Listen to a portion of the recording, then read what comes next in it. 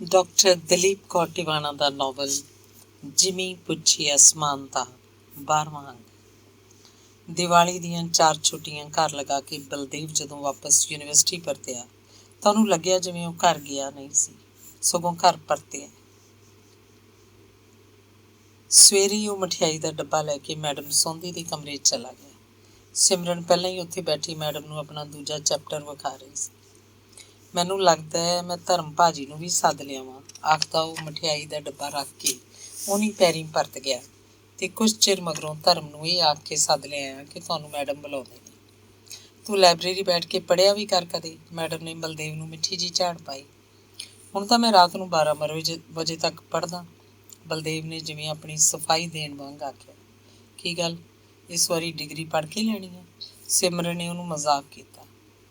ਉਂਝ ਮੈਡਮ ਜੀ, ਮੈਂ ਕਈ ਵਾਰੀ ਸੋਚਦਾ ਹਾਂ ਕਿ ਬੰਦਾ ਪਹਿਲੇ ਮਰ ਮਰ ਕੇ ਪੜ੍ਹਦਾ ਹੈ, ਫਿਰ ਨੌਕਰੀ ਕਰਦਾ ਹੈ, ਪੈਸੇ ਜੋੜਦਾ ਹੈ, ਘਰ ਬਣਾਉਂਦਾ ਹੈ, ਬੱਚੇ ਪਾਲਦਾ ਹੈ, ਇੱਕ ਦਿਨ ਮਰ ਜਾਂਦਾ ਹੈ।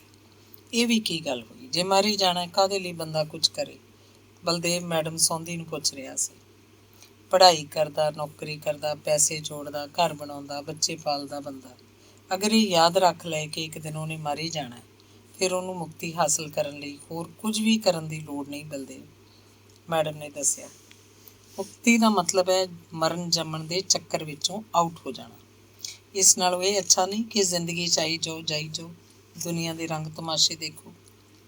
ਪਰ ਬਲਦੇਵ, ਬੇਅਰਥ ਮਰਨਾ ਜੰਮਣਾ ਵੀ ਕਿਸ ਅਰਥ? ਤਾਂ ਕਿ ਮੈਡਮ ਜੀ, ਸਾਡੇ ਵਰਗੇ ਲੋਕ ਬੇਅਰਥ ਹੀ ਜੀ ਰਹੇ ਨੇ।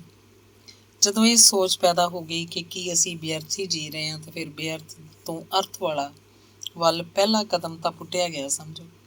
ਮੈਡਮ ਨੇ ਹੱਸ ਕੇ ਦੱਸਿਆ। ਉਂਝ ਮੈਡਮ ਜੀ, ਸੱਚੀ ਗੱਲ ਇਹ ਹੈ, ਕਈ ਵਾਰੀ ਸਮਝ ਹੀ ਨਹੀਂ ਲੱਗਦੀ ਕਿ ਅਸੀਂ ਕਾਹਦੇ ਲਈ ਜਿਉਂ ਜਾ ਰਹੇ ਹਾਂ। ਇਹੀ ਤਾਂ ਬਲਦੇਵ ਹਰ ਬੰਦੇ ਨੇ ਤਲਾਸ਼ ਕਰਨਾ ਹੁੰਦਾ ਹੈ ਕਿ ਉਹ ਕਾਹਦੇ ਲਈ ਜਿਉਂ ਰਿਹਾ।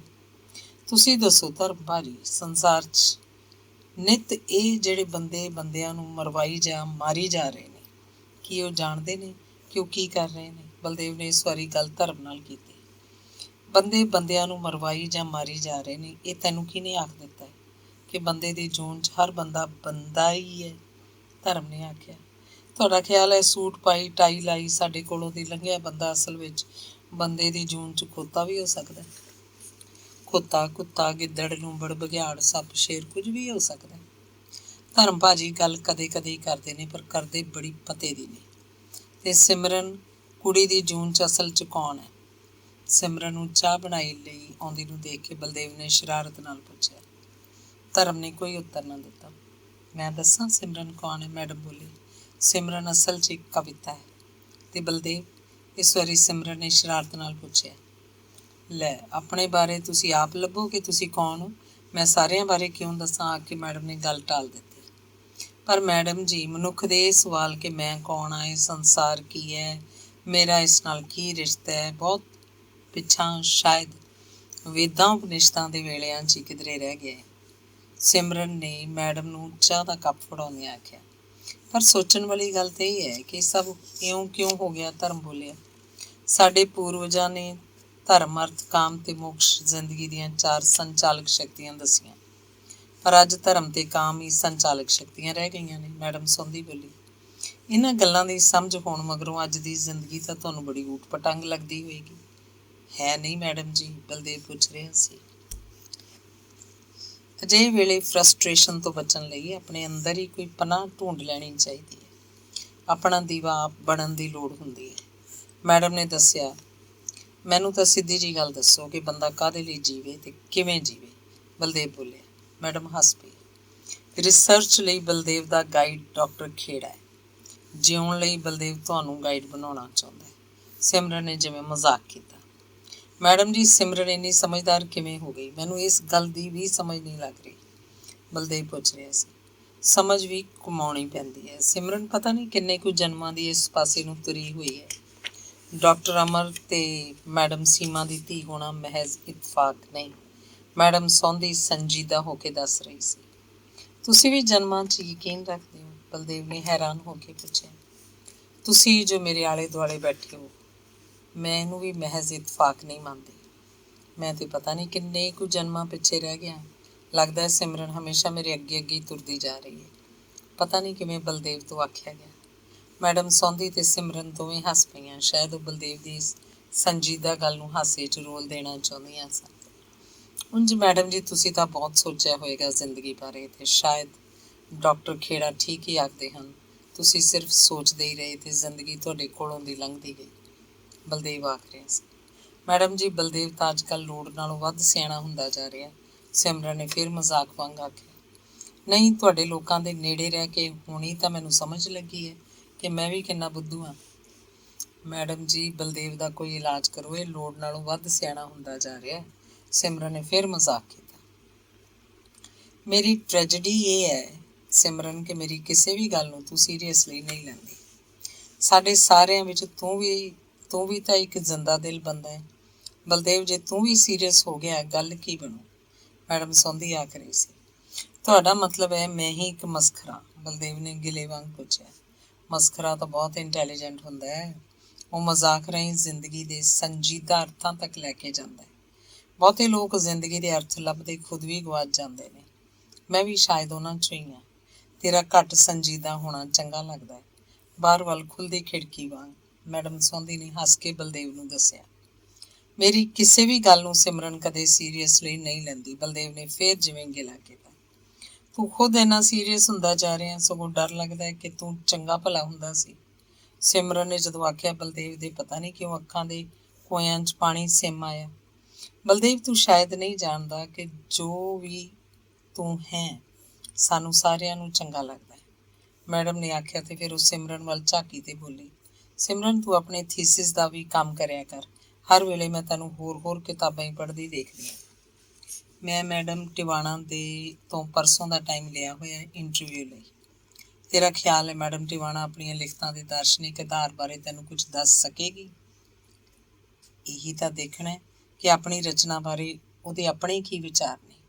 ਉਹਨਾਂ ਵਿਚਾਰਾਂ ਵਿੱਚ ਖੁਸ਼ਫਹਿਮੀਆਂ ਤੇ ਗਲਤਫਹਿਮੀਆਂ ਕਿੰਨੀਆਂ ਕੁ ਹਨ, ਇਹ ਕਿਵੇਂ ਪਤਾ ਲੱਗੇਗਾ? ਧਰਮ ਨੇ ਪੁੱਛਿਆ। ਇਸ ਗੱਲ ਦੀ ਗਵਾਹੀ ਲਿਖਤ ਵਿਚਲੇ ਤੱਥ ਤੇ ਸੱਚ ਤੋਂ ਮਿਲ ਜਾਂਦੀ ਹੈ। ਰਚਨਾ ਨੂੰ ਰਚਨਾਕਾਰ ਨਾਲ ਜੋੜ ਕੇ ਰਚਨਾ ਨੂੰ ਡੀਕੋਡ ਕਰਨ 'ਚ ਕੋਈ ਮਦਦ ਮਿਲ ਸਕੇ, ਚੰਗੀ ਗੱਲ ਹੈ। ਉਂਝ ਰਚਨਾ ਨੂੰ ਰਚਨਾਕਾਰ ਨਾਲ ਜੋੜ ਕੇ ਨਹੀਂ ਵੇਖਣਾ ਚਾਹੀਦਾ, ਮੈਡਮ ਸੌਂਦੀ ਨੇ ਦੱਸਿਆ। ਗੱਲਾਂ ਅਜੇ ਚੱਲ ਹੀ ਰਹੀਆਂ ਸੀ ਕਿ ਮੈਡਮ ਸੌਂਦੀ ਦੇ ਫਲੈਟ ਦੀ ਘੰਟੀ ਖੜਕੀ। ਬਲਦੇਵ ਬਾਹਰ ਗਿਆ। ਰਾਮਦੇਵ ਮੈਡਮ ਨੂੰ ਇੱਕ ਨੋਟਿਸ ਦੇਣ ਆਇਆ ਸੀ। ਬਲਦੇਵ ਨੇ ਮੈਡਮ ਵੱਲੋਂ ਦਸਖਤ ਕਰਕੇ ਨੋਟਿਸ ਲੈ ਲਿਆ। ਨੋਟਿਸ ਪੜ੍ਹਦਾ ਹੀ ਉਹ ਅੰਦਰ ਆ ਗਿਆ। ਲਓ, ਹੋਰ ਸੁਣੋ, ਉਹਨੇ ਨੋਟਿਸ ਮੈਡਮ ਦੇ ਅੱਗੇ ਕਰਦਿਆਂ ਆਖਿਆ। ਨੋਟਿਸ ਸੀ, ਅੱਗੇ ਤੋਂ ਕੋਈ ਟੀਚਰ ਕਿਸੇ ਵਿਦਿਆਰਥੀ ਨੂੰ ਕਿਸੇ ਕੰਮ ਲਈ ਵੀ ਘਰ ਨਹੀਂ ਬੁਲਾਏਗਾ ਤੇ ਨਾ ਹੀ ਕੋਈ ਵਿਦਿਆਰਥੀ ਕਿਸੇ ਕੰਮ ਲਈ ਵੀ ਕਿਸੇ ਟੀਚਰ ਦੇ ਘਰ ਜਾਏਗਾ। ਇਹ ਜ਼ਰੂਰੀ ਹੈ। ਲੱਗਦਾ ਹੈ ਕਿਸੇ ਨੇ ਸਾਡੀ ਸ਼ਿਕਾਇਤ ਲਗਾਈ ਹੈ, ਸਿਮਰਨ ਨੇ ਜਿਵੇਂ ਚਿੰਤਾਤੁਰ ਹੋ ਕੇ ਆਖਿਆ। ਨਹੀਂ, ਇਹ ਸਾਡੀ ਸ਼ਿਕਾਇਤ ਨਹੀਂ, ਯੂਨੀਵਰਸਿਟੀ 'ਚ ਹੋਰ ਬਹੁਤ ਕਿਸਮ ਦੀਆਂ ਗੱਲਾਂ ਹੋਣ ਲੱਗ ਪਈਆਂ ਹਨ, ਧਰਮ ਨੇ ਦੱਸਿਆ। ਪਰ ਲੇਡੀ ਟੀਚਰ ਦੇ ਘਰ ਤਾਂ ਕੁੜੀਆਂ ਜਾ ਸਕਦੀਆਂ ਹੋਣਗੀਆਂ, ਸਿਮਰਨ ਨੇ ਸੰਜੀਦਗੀ ਨਾਲ ਪੁੱਛਿਆ। ਤੁਸੀਂ ਮੈਡਮ ਸਿਮਰਨ ਨੂੰ ਅਡਾਪਟ ਹੀ ਕਿਉਂ ਨਹੀਂ ਕਰ ਲੈਂਦੇ? ਵਿੱਚੋਂ ਝਗੜਾ ਹੀ ਮੁੱਕੇ, ਬਲਦੇਵ ਨੇ ਹੱਸ ਕੇ ਆਖਿਆ। ਅਡਾਪਟ ਤੇ ਤਾਂ ਕਰਾਂ ਜੇ ਮੈਨੂੰ ਆਪਣੀ ਨਾ ਲੱਗਦੀ ਹੋਵੇ, ਹੈ ਨਾ ਧਰਮ? ਮੈਡਮ ਨੇ ਧਰਮ ਵੱਲ ਮੂੰਹ ਕਰਕੇ ਬਲਦੇਵ ਦੀ ਗੱਲ ਦਾ ਜਵਾਬ ਦਿੱਤਾ। ਧਰਮ ਅੱਗੋਂ ਕੁਝ ਨਹੀਂ ਬੋਲਿਆ। ਅੰਗ 13। ਦਿਨ ਦਾ ਤੀਜਾ ਕੁਪਹਿਰ, ਥੋੜ੍ਹੀ ਠੰਡ ਉਤਰ ਰਹੀ ਸੀ। ਸਿਮਰਨ ਪਾਈਪ ਨਾਲ ਵੇਲਾਂ ਬੂਟਿਆਂ ਨੂੰ ਪਾਣੀ ਦੇ ਰਹੀ ਸੀ। ਬਰੋਟੇ ਦਾ ਇੱਕ ਨਿੱਕਾ ਜਿਹਾ ਪੌਦਾ ਜਿਹੜਾ ਉਹਨੇ ਪੌੜੀਆਂ ਦੀ ਇੱਕ ਤਰੇੜ ਵਿੱਚੋਂ ਪੁੱਟ ਕੇ ਬਾਰੀ ਕੋਲ ਲਗਾ ਦਿੱਤਾ ਸੀ, ਹੁਣ ਕਿੱਡਾ ਵੱਡਾ ਹੋ ਗਿਆ ਸੀ। ਮੌਲਸਰੀ ਦੇ ਰੁੱਖ ਤਾਂ ਕਾਫੀ ਪੁਰਾਣੇ ਸਨ। ਕਈ ਰੰਗਾਂ ਦੇ ਗੁਲਾਬ ਖਿੜ ਰਹੇ ਸਨ। ਉਹ ਕੁਦਰਤ ਦੇ ਕ੍ਰਿਸ਼ਮੇ ਉੱਪਰ ਹੈਰਾਨ ਵੀ ਸੀ ਤੇ ਖੁਸ਼ ਵੀ। ਇਹ ਫੁੱਲ ਬੂਟੇ ਵੀ ਆਪਸ 'ਚ ਗੱਲਾਂ ਕਰਦੇ ਹੋਣਗੇ। ਦੋ ਦਰਖਤ ਵੀ। ਮੌਲਸਰੀ ਦੇ ਦਰਖਤਾਂ ਨੇ ਤਾਂ ਮੇਰੀ ਮੰਮੀ ਨੂੰ ਵੀ ਦੇਖਿਆ ਹੋਏਗਾ। ਬਚਪਨ 'ਚ ਸ਼ਾਇਦ ਉਹ ਇੱਥੇ ਹੀ ਇਹਨਾਂ ਦੇ ਫੁੱਲ ਚੁਗਦੀ ਫਿਰਦੀ ਹੋਵੇ। ਇਹ ਫੁੱਲ ਬੂਟੇ ਉਹਨੂੰ ਯਾਦ ਤਾਂ ਕਰਦੇ ਹੋਣਗੇ ਤੇ ਨਾਨਾ ਜੀ ਨੂੰ ਵੀ। ਪਰ ਗੇਂਦਾ ਰਾਮ ਬੈਠਾ ਹੁੱਕਾ ਪੀ ਰਿਹਾ ਸੀ। ਇਹ ਆਪਣੇ ਪਿੰਡ ਆਪਣੇ ਘਰਦਿਆਂ ਕੋਲ ਕਿਉਂ ਨਹੀਂ ਚਲਾ ਜਾਂਦਾ? ਏਡਾ ਬੁੱਢਾ ਹੋ ਗਿਆ ਤੇ ਕਿਸੇ ਦਿਨ ਮਰ ਜਾਏਗਾ। ਬਾਰ ਖੜਕਿਆ। ਸ਼ਾਇਦ ਗੇਂਦਾ ਰਾਮ ਦੇ ਘਰਦਿਆਂ ਨੂੰ ਵੀ ਇਹੀ ਖਿਆਲ ਆਇਆ ਸੀ ਕਿ ਹੁਣ ਉਹ ਬੁੱਢਾ ਹੋ ਗਿਆ ਤੇ ਕਿਸੇ ਦਿਨ ਮਰ ਜਾਏਗਾ। ਇਸੇ ਲਈ ਉਹਦੀ ਘਰਵਾਲੀ ਤੇ ਉਹਦਾ ਲੜਕਾ ਉਹਨੂੰ ਲੈਣ ਆਏ ਸੀ ਤੇ ਉਹਨਾਂ ਨੇ ਗੇਟ ਖੜਕਾਇਆ ਸੀ। ਗੇਂਦਾ ਰਾਮ ਦੀ ਥਾਂ ਸਿਮਰਨ ਗੇਟ ਖੋਲ੍ਹਣ ਚਲੀ ਗਈ। ਹਮ ਡੱਡੂ ਮਾਜਰੇ ਸੇ ਆਏ ਹੈ, ਗੇਂਦਾ ਰਾਮ ਦੇ 40 ਕੁ ਵਰ੍ਹਿਆਂ ਦੇ ਪੁੱਤਰ ਨੇ ਦੱਸਿਆ। ਮਗਰ ਘੱਗਰਾ ਪਾਈ, ਘੁੰਡ ਕੱਢੀ ਗੇਂਦਾ ਰਾਮ ਦੀ ਘਰਵਾਲੀ ਖੜੀ ਸੀ। आवाज़ सुन के गेंदा राम आ गया। पैर छूओ बीबा जी के, गेंदा राम ने जिवें हुक्म दिता। पहले गेंदा राम के बेटे ने सिमरन के पैरी हथ लाए, मगरों उस तरह घुंड कढ़ी गेंदा राम की घरवाली ने। सिमरन ਨੂੰ ਬਹੁਤਾ ਅਜੀਬ ਨਹੀਂ ਲੱਗਿਆ। ਘਰ ਦੇ ਲਾਗੀ ਤੱਥੀ ਨੌਕਰਾਂ ਚਾਕਰਾਂ ਲਈ ਉਹ ਹੁਣ ਇਸ ਘਰ ਦੀ ਧੀ ਸੀਮਾ ਦੀ ਥਾਂ ਸੀ। ਅੰਦਰ ਲੰਘ ਕੇ ਗੇਂਦਾ ਰਾਮ ਦੇ ਪੁੱਤਰ ਨੇ ਬੇਜੀ ਨੂੰ ਮੱਥਾ ਟੇਕਿਆ ਤੇ ਫਿਰ ਗੇਂਦਾ ਰਾਮ ਦੇ ਕਮਰੇ 'ਚ ਆ ਬੈਠਾ ਤੇ ਗੇਂਦਾ ਰਾਮ ਦੀ ਘਰਵਾਲੀ ਨੇ ਬੇਜੀ ਦੇ ਪੈਰੀ ਹੱਥ ਲਾ ਕੇ ਉਹਨਾਂ ਦੇ ਕੋਲ ਹੀ ਬੈਠ ਕੇ ਉਹਨਾਂ ਦੇ ਨਾਲ ਮਟਰ ਕਢਵਾਉਣ ਲੱਗ। ਗੇਂਦਾ ਰਾਮ ਨੇ ਚਾਹ ਬਣਾਈ, ਪੁੱਤਰ ਲਈ ਗਲਾਸ 'ਚ ਪਾ ਕੇ ਲੈ ਗਿਆ ਤੇ ਘਰਵਾਲੀ ਦੀ ਰਸੋਈ 'ਚ ਹੀ ਰੱਖ ਗਿਆ। ਬੇਜੀ ਨੇ ਉੱਠ ਕੇ ਫਰਿੱਜ 'ਚੋਂ ਪਿੰਨੀਆਂ ਕੱਢੀਆਂ, ਪਲੇਟ 'ਚ ਰੱਖ ਕੇ 2 ਗੇਂਦਾ ਰਾਮ ਦੀ ਘਰਵਾਲੀ ਨੂੰ ਦੇ ਦਿੱਤੀਆਂ, 2 ਗੇਂਦਾ ਰਾਮ ਦੇ ਪੁੱਤਰ ਲਈ ਗੇਂਦਾ ਰਾਮ ਨੂੰ ਫੜਾਈਆਂ। ਤੂੰ ਹੁਣ ਘੁੰਡ ਤਾਂ ਚੁੱਕ ਦੇ, ਇੱਥੇ ਕਿਹੜਾ ਕੋਈ ਹੈ, ਬੇਜੀ ਨੇ ਗੇਂਦਾ ਰਾਮ ਦੀ ਘਰਵਾਲੀ ਨੂੰ ਆਖਿਆ। ਗੇਂਦਾ ਰਾਮ ਦੀ ਘਰਵਾਲੀ ਨੇ ਘੁੰਡ ਵਿੱਚੋਂ ਹੀ ਗੇਂਦਾ ਰਾਮ ਵੱਲ ਇਸ਼ਾਰਾ ਕੀਤਾ ਕਿ ਉਹ ਸਾਹਮਣੇ ਹੈ। ਸਿਮਰਨ ਹੱਸ ਪਈ। ਚਾਹ ਪੀ ਚੁੱਕਣ ਮਗਰੋਂ ਵਿਹਲਾ ਜਿਹਾ ਹੋ ਕੇ ਗੇਂਦਾ ਰਾਮ ਆਪਣੀ ਘਰਵਾਲੀ ਤੋਂ ਕੁਝ ਦੂਰ ਪੀੜੀ ਲੈ ਕੇ ਬੇਜੀ ਦੇ ਕੋਲ बैठ गया। ये लोग किस लिए आए हैं? पैसा तो मैंने मनी ऑर्डर से भेज दिया था। गेंदा राम ने सीधा अपनी घरवाली ਨੂੰ ਪੁੱਛਣ ਦੀ ਥਾਂ ਬੇਜੀ ਨੂੰ ਪੁੱਛਿਆ। एक तो हम इसको लेने आए हैं। बेजी ਦੀ ਥਾਂ गेंदा राम ਦੀ ਘਰਵਾਲੀ ਨੇ ਉਸੇ ਤਰ੍ਹਾਂ ਘੁੰਡ ਕੱਢਿਆ ਆਖਿਆ। हाँ हाँ, और इनको अकेले छोड़ जाऊं? तुम्हारे भेजे में भूसा भरा है क्या? काका जी तो दिल्ली रहते हैं, इधर बेजी और सिमरन बीबा जी के पास कौन रहेगा? ऊपर से गड़बड़ी का टाइम। गेंदा राम ने ज़रा हरक के आख्या। अब तेरी काम करने की उम्र है क्या? लोग कहेंगे बूढ़े को अब तक जोता हुआ है। गेंदा राम की घरवाली ने इस बारी सीधी गल की। जब मेरे से काम नहीं होगा तो हम किसी और को रख लेंगे, मगर जिसको रखेंगे उसका ध्यान भी तो रखना होगा। बेजी नहीं ये काम कर सकती। घर में सब कुछ ही खुला पड़ा रहता है, कोई दूसरा होगा तो गड़बड़ नहीं करेगा। गेंदा राम ने समझाने की कोशिश की थी। इसके मायने हम तो अब तुम्हारे घर वाले ही नहीं रहे। गेंदा राम की घरवाली ने जिवें उलांभा दिता। तुम्हारा मतलब है ये मेरे घर वाले नहीं? उधर तो लड़के हैं, इधर कौन है जो छोड़कर चला जाऊं? जवान बेटी है घर में, घर बार का सारा काम क्या बीजी करेंगी? गेंदा राम ने दसा। जब मर जाएगा तो इधर काम कैसे चलेगा? गेंदा राम की घरवाली जरा खिंच के बोली। मर कैसे जाऊंगा? मैंने भगवान को कह दिया है, जब तक सिमरन बीबा जी की शादी नहीं हो जाती मैंने नहीं मरना। इतने बरस हो गया तेरे को अपने बाल बच्चे का कोई ख्याल नहीं? तू कैसा बाप है रे? 40 बरसों में घर से जब भी पत्थर आया एक ही बात लिखी, पैसा भेज दो। गेंदा राम ने जिवें गिला किया। अब तू तो बेटे के विवाह में नहीं आया। सारा गांव पूछ रहा था, हमने झूठ बोला बीमार है, हम तो तुम्हारे कुछ है ही नहीं। गेंदा राम की घरवाली अखां पूंझदी बोली। मेरे से पूछा था क्या? उसी वर्ष बीबा जी सीमा मरी गई थी, हमारे घर में अंधेरा छा रहा था और तू बेटे की शादी कर रही थी। बेसमझ औरत, अगर तूने घर नहीं चलना तो पैसा भी मत भेजना। गेंदा राम की घरवाली ने हर के कहा। तू कुछ दिन मिल गिल आई। गेंदा राम, बेजी ने दिलासा देने वांग आख्या। नहीं, मैंने नहीं जाना। गांव वाले क्या कहेंगे? खाली इसीलिए भागी आई है? पहले कभी इन लोगों ने पूछा मैं कैसा हूँ? मेरी टांग टूटी थी तो सीमा बीबा जी आप मेरे कमरे में खाना दे के आती थी। अब सरदार जी भी नहीं तो मैं भी इनको छोड़कर चला जाऊं? नहीं, मैं नहीं जाऊंगा। गेंदा राम ने जदों आख्या ਉਹਦੀ ਘਰਵਾਲੀ बहुत खिंच गई। रात वेले बेजी ਦੀਆਂ ਲੱਤਾਂ ਘੁੱਟਦੀ ਉਹ ਦੱਸਦੀ ਰਹੀ ਕਿ ਹੁਣ ਮੁੰਡੇ ਬਹੂਆਂ ਉਹਨੂੰ ਬਹੁਤਾ ਗੌਲਦੇ ਨਹੀਂ। गेंदा राम ਘਰ ਹੋਵੇ ਤਾਂ ਉਹਨਾਂ ਨੂੰ ਵੀ ਡਰ ਹੋਵੇ। ਤੂੰ ਵੀ ਫਿਰ ਇੱਥੇ ਹੀ ਆ ਜਾ, बेजी ਨੇ ਆਖਿਆ। ਇਸ ਗੱਲ ਨਾਲ ਉਹ ਖੁਸ਼ ਹੋ ਗਈ। ਸਵੇਰੇ ਜਦੋਂ ਜਾਣ ਲਈ ਤਿਆਰ ਹੋਈ ਤਾਂ बेजी ਨੇ ਕਿੰਨੀਆਂ ਚੀਜ਼ਾਂ ਨਾਲ ਬੰਨ੍ਹ ਦਿੱਤੀਆਂ। 1000 रुपया नकद दे दिता। ਹੁਣ ਉਹਨੂੰ ਜਿਵੇਂ गेंदा राम ਨਾਲ ਕੋਈ ਗਿਲਾ ਨਹੀਂ ਸੀ। तू नहीं आएगा तो हम आ जाया करेंगे। जान लगी उसे तरह घुंड कढ़ी गेंदा राम ਨੂੰ ਆਖ ਰਹੀ ਸੀ। ਦੁਪਹਿਰ ਮਗਰੋਂ ਕੁਲਦੀਪ ਸਿੰਘ ਉਹਦੇ ਮਾਮਾ ਜੀ ਆ ਗਏ। ਉਹਨਾਂ ਨੂੰ ਅਚਾਨਕ ਆਏ ਦੇਖ ਸਿਮਰਨ ਬੜੀ ਖੁਸ਼ ਹੋ ਗਈ। ਨਿੰਬੂ ਪਾਣੀ ਪੀ ਲੈਣ ਮਗਰੋਂ ਉਹਦੇ ਮਾਮਾ ਜੀ ਗੁਸਲਖਾਨੇ 'ਚ ਨਹਾਉਣ ਚਲੇ ਗਏ। ਇੰਨੇ ਨੂੰ ਬੇਜੀ ਗੁਰਦੁਆਰੇ ਤੋਂ ਆ ਗਏ। ਸਰਦਾਰ ਕੁਲਦੀਪ ਸਿੰਘ ਨੇ ਉਹਨਾਂ ਨੂੰ ਮੱਥਾ ਟੇਕਿਆ। ਬੇਜੀ ਨੇ ਰਿਸ਼ਮ ਹੋਰਾਂ ਦੀ ਸੁੱਖ ਸਾਂਦ ਪੁੱਛੀ। ਫਿਰ ਸਿਮਰਨ ਨੇ ਮਾਮਾ ਜੀ ਨੇ बेजी ਨੂੰ ਇੱਕ ਲੜਕੇ ਦੀਆਂ ਕੁਝ ਤਸਵੀਰਾਂ ਵਿਖਾ ਕੇ ਦੱਸਿਆ ਕਿ ਕੁੱਕੂ ਭੈਣ ਜੀ ਨੇ ਲੰਡਨ ਤੋਂ ਭੇਜੀਆਂ ਨੇ। ਲੜਕਾ ਇੰਜੀਨੀਅਰ ਹੈ ਤੇ ਉਹਨਾਂ ਦੇ ਨੇੜੇ ਹੀ ਰਹਿੰਦਾ ਹੈ ਤੇ ਸ਼ਹਿਰੀ ਦਾ ਵਾਕਫ ਹੈ। ਉਹ ਚਾਹੁੰਦੇ ਨੇ ਆਪਣੀ ਕਿਸੇ ਕੁੜੀ ਦਾ ਇਹਨੂੰ ਰਿਸ਼ਤਾ ਕਰ ਦਈਏ। ਇੱਧਰ ਪਿੰਡ ਕਿਹੜਾ ਹੈ, ਹੋਰ ਟੱਬਰ ਟੀਰ ਕਿਹੋ ਜਿਹਾ, ਨਾਲੇ ਗੋਤ ਕੀ ਹੈ? ਬੇਜੀ ਪੁੱਛ ਰਹੇ ਸੀ। ਪਿੰਡ ਉਹਨਾਂ ਦਾ ਮਲੇਰਕੋਟਲੇ ਕੋਲ ਲਸੋਈਏ, ਗੋਤ ਹੈ ਗਿੱਲ, ਬਾਪ ਹੈ ਤਹਿਸੀਲਦਾਰ। ਤਹਿਸੀਲਦਾਰ ਛੋਟੀ ਜਿਹੀ ਨੌਕਰੀ ਹੁੰਦੀ ਹੈ ਕਾਕਾ। ਬੇਜੀ ਨੇ ਜਦੋਂ ਆਖਿਆ ਉਹਨਾਂ ਦੇ ਬੇਟੇ ਨੂੰ ਖਿਝ ਆਈ ਤੇ ਬੋਲਿਆ, ਬੇਜੀ ਆਪਾਂ ਮੁੰਡੇ ਦੀ ਨੌਕਰੀ ਦੇਖਣੀ ਹੈ ਕਿ ਪਿਓ ਦੀ?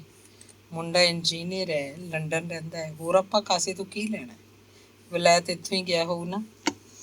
ਕੋਈ ਤਹਿਸੀਲਦਾਰ ਰਿਸ਼ਵਤਾਂ ਲੈ ਕੇ ਹੀ ਮੁੰਡੇ ਨੂੰ ਵਲੈਤ ਭੇਜ ਸਕਦਾ, ਬੇਜੀ ਨੇ ਦਲੀਲ ਦਿੱਤੀ। ਨਹੀਂ ਬੇਜੀ, ਕੁੱਕੂ ਭੈਣ ਜੀ ਨੇ ਲਿਖਿਆ ਕਿ ਉਹ ਵਜ਼ੀਫਾ ਲੈ ਕੇ ਪੜ੍ਹਨ ਗਿਆ ਸੀ, ਨਾਲੇ ਅਗਲੇ ਨੇ ਜਿਵੇਂ ਮਰਜ਼ੀ ਪੜ੍ਹਾਇਆ ਹੋਏ, ਆਪਾਂ ਨੂੰ ਕੀ? ਲੈ ਹੈ ਕਮਲਾ, ਤੇਰਾ ਖਿਆਲ ਹੈ ਗੰਧਲਾ ਪਾਣੀ ਪੀ ਕੇ ਕਿਸੇ ਦਾ ਤਨ ਤੇ ਮਨ ਸਾਫ਼ ਰਹਿ ਸਕਦਾ?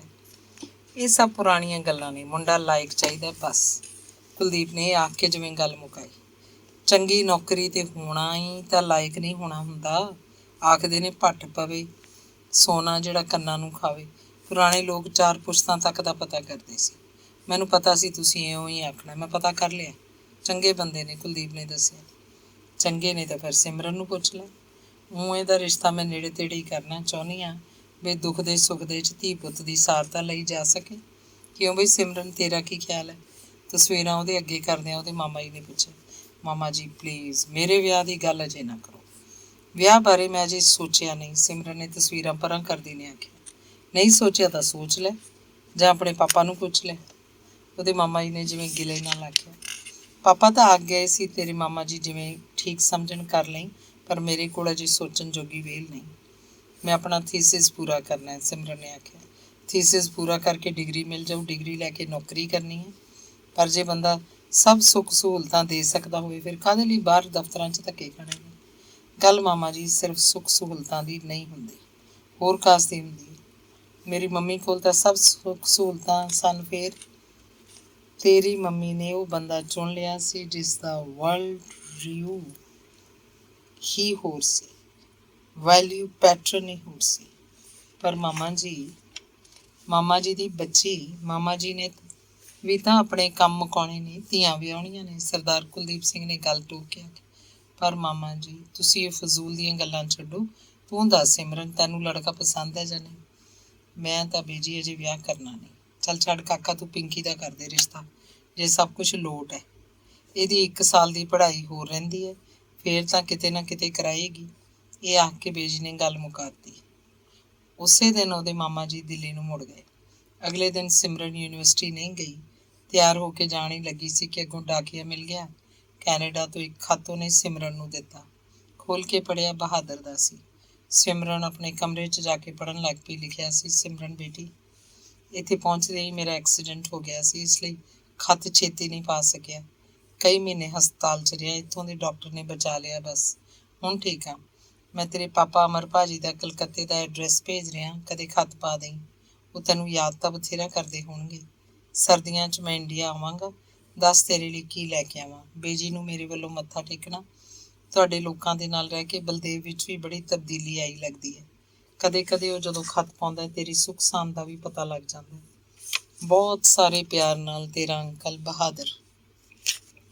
ਆਪਣੇ ਪਾਪਾ ਦਾ ਸਿਰਨਾਮਾ ਉਹਨੇ ਕਈ ਵਾਰ ਪੜ੍ਹਿਆ। ਮਨ ਹੀ ਮਨ ਉਹ ਕਈ ਵਾਰ ਆਪਣੇ ਪਾਪਾ ਨੂੰ ਚਿੱਠੀ ਲਿਖਣ ਬੈਠੀ, ਪਾਪਾ ਤੁਹਾਡਾ ਕੀ ਹਾਲ ਹੈ, ਬਸ ਇੰਨਾ ਹੀ ਲਿਖ ਕੇ ਰੁਕ ਜਾਂਦੀ। ਮਨ ਹੀ ਮਨ ਉਹ ਕਿੰਨੀ ਵਾਰ ਕਲਕੱਤੇ ਹੋ ਆਈ ਸੀ। ਫਿਰ ਉਹ ਹੇਠਾਂ ਗਈ, ਮਾਲਣ ਨੂੰ ਬੁਲਾ ਕੇ ਆਪਣੀ ਮੰਮੀ ਸੀਮਾ ਦੀਆਂ ਬਣਾਈਆਂ ਪੇਂਟਿੰਗਸ ਦੀ ਝਾੜ ਪੂੰਝ ਕਰਨ ਲੱਗ ਪਈ। ਦੁਪਹਿਰ ਤੋਂ ਮਗਰੋਂ ਉਹਨੇ ਆਪਣੀ ਮੰਮੀ ਦੀਆਂ ਕਿਤਾਬਾਂ ਵਾਲੀ ਇੱਕ ਅਲਮਾਰੀ ਖੋਲ੍ਹ ਲਈ। ਕਿੰਨਾ ਹੀ ਚਿਰ ਉਹ ਕਿਤਾਬਾਂ ਨੂੰ ਕੱਢ ਕੱਢ ਕੇ ਦੇਖਦੀ ਰਹੀ। ਆਖਿਰ ਇਹਨਾਂ ਵਿੱਚੋਂ ਉਹਨੇ 2 ਕਿਤਾਬਾਂ ਕੱਢ ਲਈਆਂ। ਇੱਕ ਆਂਡਰਨ ਦੀ ਸੀ ਤੇ ਦੂਜੀ ਸਮੂਨ ਦੀ ਸੀ। ਦੁਨੀਆ ਦੀਆਂ ਏਡੀਆਂ ਤਕੜੀਆਂ ਔਰਤਾਂ ਦੀਆਂ ਲਿਖਤਾਂ ਉਹਦੀ ਮਾਂ ਨੇ ਪੜ੍ਹੀਆਂ ਹੋਈਆਂ ਸਨ ਤੇ ਕਈ ਥਾਵਾਂ ਉੱਪਰ ਪੈਨਸਿਲ ਨਾਲ ਨਿਸ਼ਾਨੀਆਂ ਵੀ ਲਗਾਈਆਂ ਸਨ। ਫਿਰ ਵੀ ਮੇਰੀ ਮੰਮੀ ਐਡੀ ਕਮਜ਼ੋਰ ਕਿਉਂ ਸੀ? ਉਹਨੂੰ ਖਿਆਲ ਆਇਆ। ਰੀ ਕਰਕੇ ਜ਼ਿੰਦਗੀ ਨੂੰ ਚਿਪਕੇ ਰਹਿਣਾ ਕਮਜ਼ੋਰੀ ਹੈ, ਜਾਂ ਜਦੋਂ ਠੀਕ ਨਾ ਲੱਗੀ ਵਗਾ ਕੇ ਮਾਰਨਾ ਕਮਜ਼ੋਰੀ ਹੈ? ਉਹਦੇ ਅੰਦਰੋਂ ਹੀ ਜਿਵੇਂ ਕਿਸੇ ਨੇ ਜਵਾਬ ਦਿੱਤਾ। ਹੋ ਸਕਦਾ ਮੇਰੀ ਮੰਮੀ ਇੱਕ ਤਕੜੀ ਔਰਤ ਹੀ ਹੋਵੇ। ਇੱਕ ਕਿਤਾਬ ਉੱਪਰ ਉਹਦੀ ਮੰਮੀ ਨੇ ਚਾਰਲੀ ਚੈਪਲਿਨ ਦਾ ਇੱਕ ਕਥਨ ਨੋਟ ਕੀਤਾ ਹੋਇਆ ਸੀ ਕਿ ਟਕਰਾਓ ਤੋਂ ਨਾ ਡਰੋ, ਜਦੋਂ ਗ੍ਰਹਿ ਵੀ ਟਕਰਾਉਂਦੇ ਹਨ ਤਾਂ ਧੁੰਦ ਗੁਬਾਰ ਵਿੱਚੋਂ ਕੋਈ ਸਿਤਾਰਾ ਚੜ੍ਹ ਪੈਂਦਾ ਹੈ। ਪਰ ਪਾਪਾ ਅਜਿਹੀ ਔਰਤ ਨਾਲ ਰਹਿ ਕੇ ਹੁਣ ਮੀਡੀਓਕਰ ਲੋਕਾਂ ਨੂੰ ਕਿਵੇਂ ਬਰਦਾਸ਼ਤ ਕਰਦਾ ਹੋਵੇਗਾ? ਹੋ ਸਕਦਾ ਮੈਡਮ ਟਿਵਾਣਾ ਮੇਰੀ ਮੰਮੀ ਨੂੰ ਜਾਣਦੀ ਹੋਵੇ। ਹਾਂ, ਜਿੰਨਾ ਕੁ ਕੋਈ ਕਿਸੇ ਨੂੰ ਜਾਣ ਸਕਦਾ ਹੈ। ਤੇ ਕੱਲ ਸਿਮਰਨ ਨੇ ਮੈਡਮ ਟਿਵਾਣਾ ਨੂੰ ਮਿਲਣ ਜਾਣਾ ਸੀ। ਹੋ ਸਕਦਾ ਹੈ, ਹੋ ਸਕਦਾ ਹੈ, ਸਿਮਰਨ ਸੋਚ ਰਹੀ ਸੀ। ਅੰਗ 14। ਅਗਲੇ ਦਿਨ ਸਿਮਰਨ ਮੈਡਮ ਟਿਵਾਣਾ ਨੂੰ ਡਿਪਾਰਟਮੈਂਟ 'ਚ ਮਿਲਣ ਗਈ। ਕੁਝ ਮੁੰਡੇ ਕੁੜੀਆਂ ਪਹਿਲਾਂ ਹੀ ਉਹਦੇ ਕਮਰੇ 'ਚ ਬੈਠੇ ਸਨ ਤੇ ਮੈਡਮ ਉਹਨਾਂ ਨਾਲ ਬੜੀ ਬੇਤਕੱਲਫੀ ਨਾਲ ਹੱਸ-ਹੱਸ ਕੇ ਗੱਲਾਂ ਕਰ ਰਹੀ ਸੀ। ਸਿਮਰਨ ਨੂੰ ਕੁਝ ਹੈਰਾਨੀ ਹੋਈ। ਉਹਦੀਆਂ ਲਿਖਤਾਂ ਤਾਂ ਉਹਦੀ ਅਜਿਹੀ ਪਹਿਚਾਣ ਨਹੀਂ ਸੀ ਦਿੰਦੀਆਂ। ਸਾਹਿਤ ਲਿਖਣਾ ਹੋਰ ਗੱਲ ਹੁੰਦੀ ਹੈ, ਸਾਹਿਤ ਜਿਉਣਾ ਹੋਰ ਗੱਲ। ਸਿਮਰਨ ਨੂੰ ਖਿਆਲ ਆਇਆ। ਮੈਡਮ ਦੱਸ ਰਹੀ ਸੀ, ਮੇਰੀ ਇੱਕ ਕਹਾਣੀ ਹੈ ਮਰੀਚਕਾ। ਉਸ 'ਚ ਲੜਕੀ ਲੇਖਕ ਨੂੰ ਪੁੱਛਦੀ ਹੈ, ਤੁਹਾਡਾ ਨਾਮ ਕੀ ਹੈ? ਉਹ ਆਖਦਾ ਹੈ ਰਾਮ, ਰਹੀਮ, ਰੈਲਫ, ਕੋਈ ਵੀ ਹੋ ਸਕਦਾ। ਫਿਰ ਉਹ ਪੁੱਛਦੀ ਹੈ, ਤੁਹਾਡਾ ਘਰ ਕਿੱਥੇ ਹੈ? ਤਾਂ ਉਹ ਆਖਦਾ ਹੈ ਮੇਰੇ ਮਨ ਵਿੱਚ। ਤੀਜੀ ਗੱਲ ਉਹ ਪੁੱਛਦੀ ਹੈ, ਤੁਸੀਂ ਕਿਵੇਂ ਜਿਉਂਦੇ ਹੋ? ਤਾਂ ਉਹ ਦੱਸਦਾ ਹੈ ਕਦੇ ਪੱਤਾ ਬਣ ਕੇ, ਕਦੇ ਪੰਛੀ ਬਣ ਕੇ, ਕਦੇ ਬੰਦਾ ਬਣ ਕੇ, ਕਦੇ ਤੂੰ ਬਣ ਕੇ, ਕਦੇ ਮੈਂ ਬਣ ਕੇ। ਉਹ ਆਖਦੀ ਹੈ ਇੰਨੇ ਸਾਰੇ ਜੀਵਨ ਕਿਵੇਂ ਸੰਭਵ ਹਨ? ਤਾਂ ਉਹ ਦੱਸਦਾ ਹੈ ਕਿ ਤੂੰ ਇਸੇ ਲਈ ਦੁਖੀ ਹੈ ਕਿਉਂਕਿ ਤੂੰ ਸਿਰਫ ਤੂੰ ਹੈ। ਮੈਡਮ ਨੇ ਤਾਂ ਕਹਾਣੀ ਬਾਰੇ ਦੱਸਿਆ ਸੀ, ਪਰ ਸਿਮਰਨ ਨੂੰ ਲੱਗਿਆ ਮੈਡਮ ਨੇ ਉਸ ਸਵਾਲ ਦਾ ਉੱਤਰ ਦੇ ਦਿੱਤਾ ਜਿਹੜਾ ਉਹਨੇ ਅਜੇ ਪੁੱਛਣਾ ਸੀ। ਅੱਛਾ, ਤੁਸੀਂ ਹੁਣ ਚੱਲੋ, ਆਖ ਮੈਡਮ ਨੇ ਬਾਕੀ ਮੁੰਡੇ ਕੁੜੀਆਂ ਨੂੰ ਤੋਰ ਦਿੱਤਾ।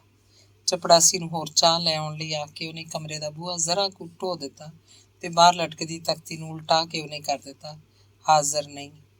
ਅੰਦਰੋਂ ਤੁਹਾਡੀ ਆਵਾਜ਼ ਵੀ ਤਾਂ ਸੁਣ ਸਕਦੀ ਹੈ? ਸਿਮਰਨ ਨੇ ਪੁੱਛਿਆ।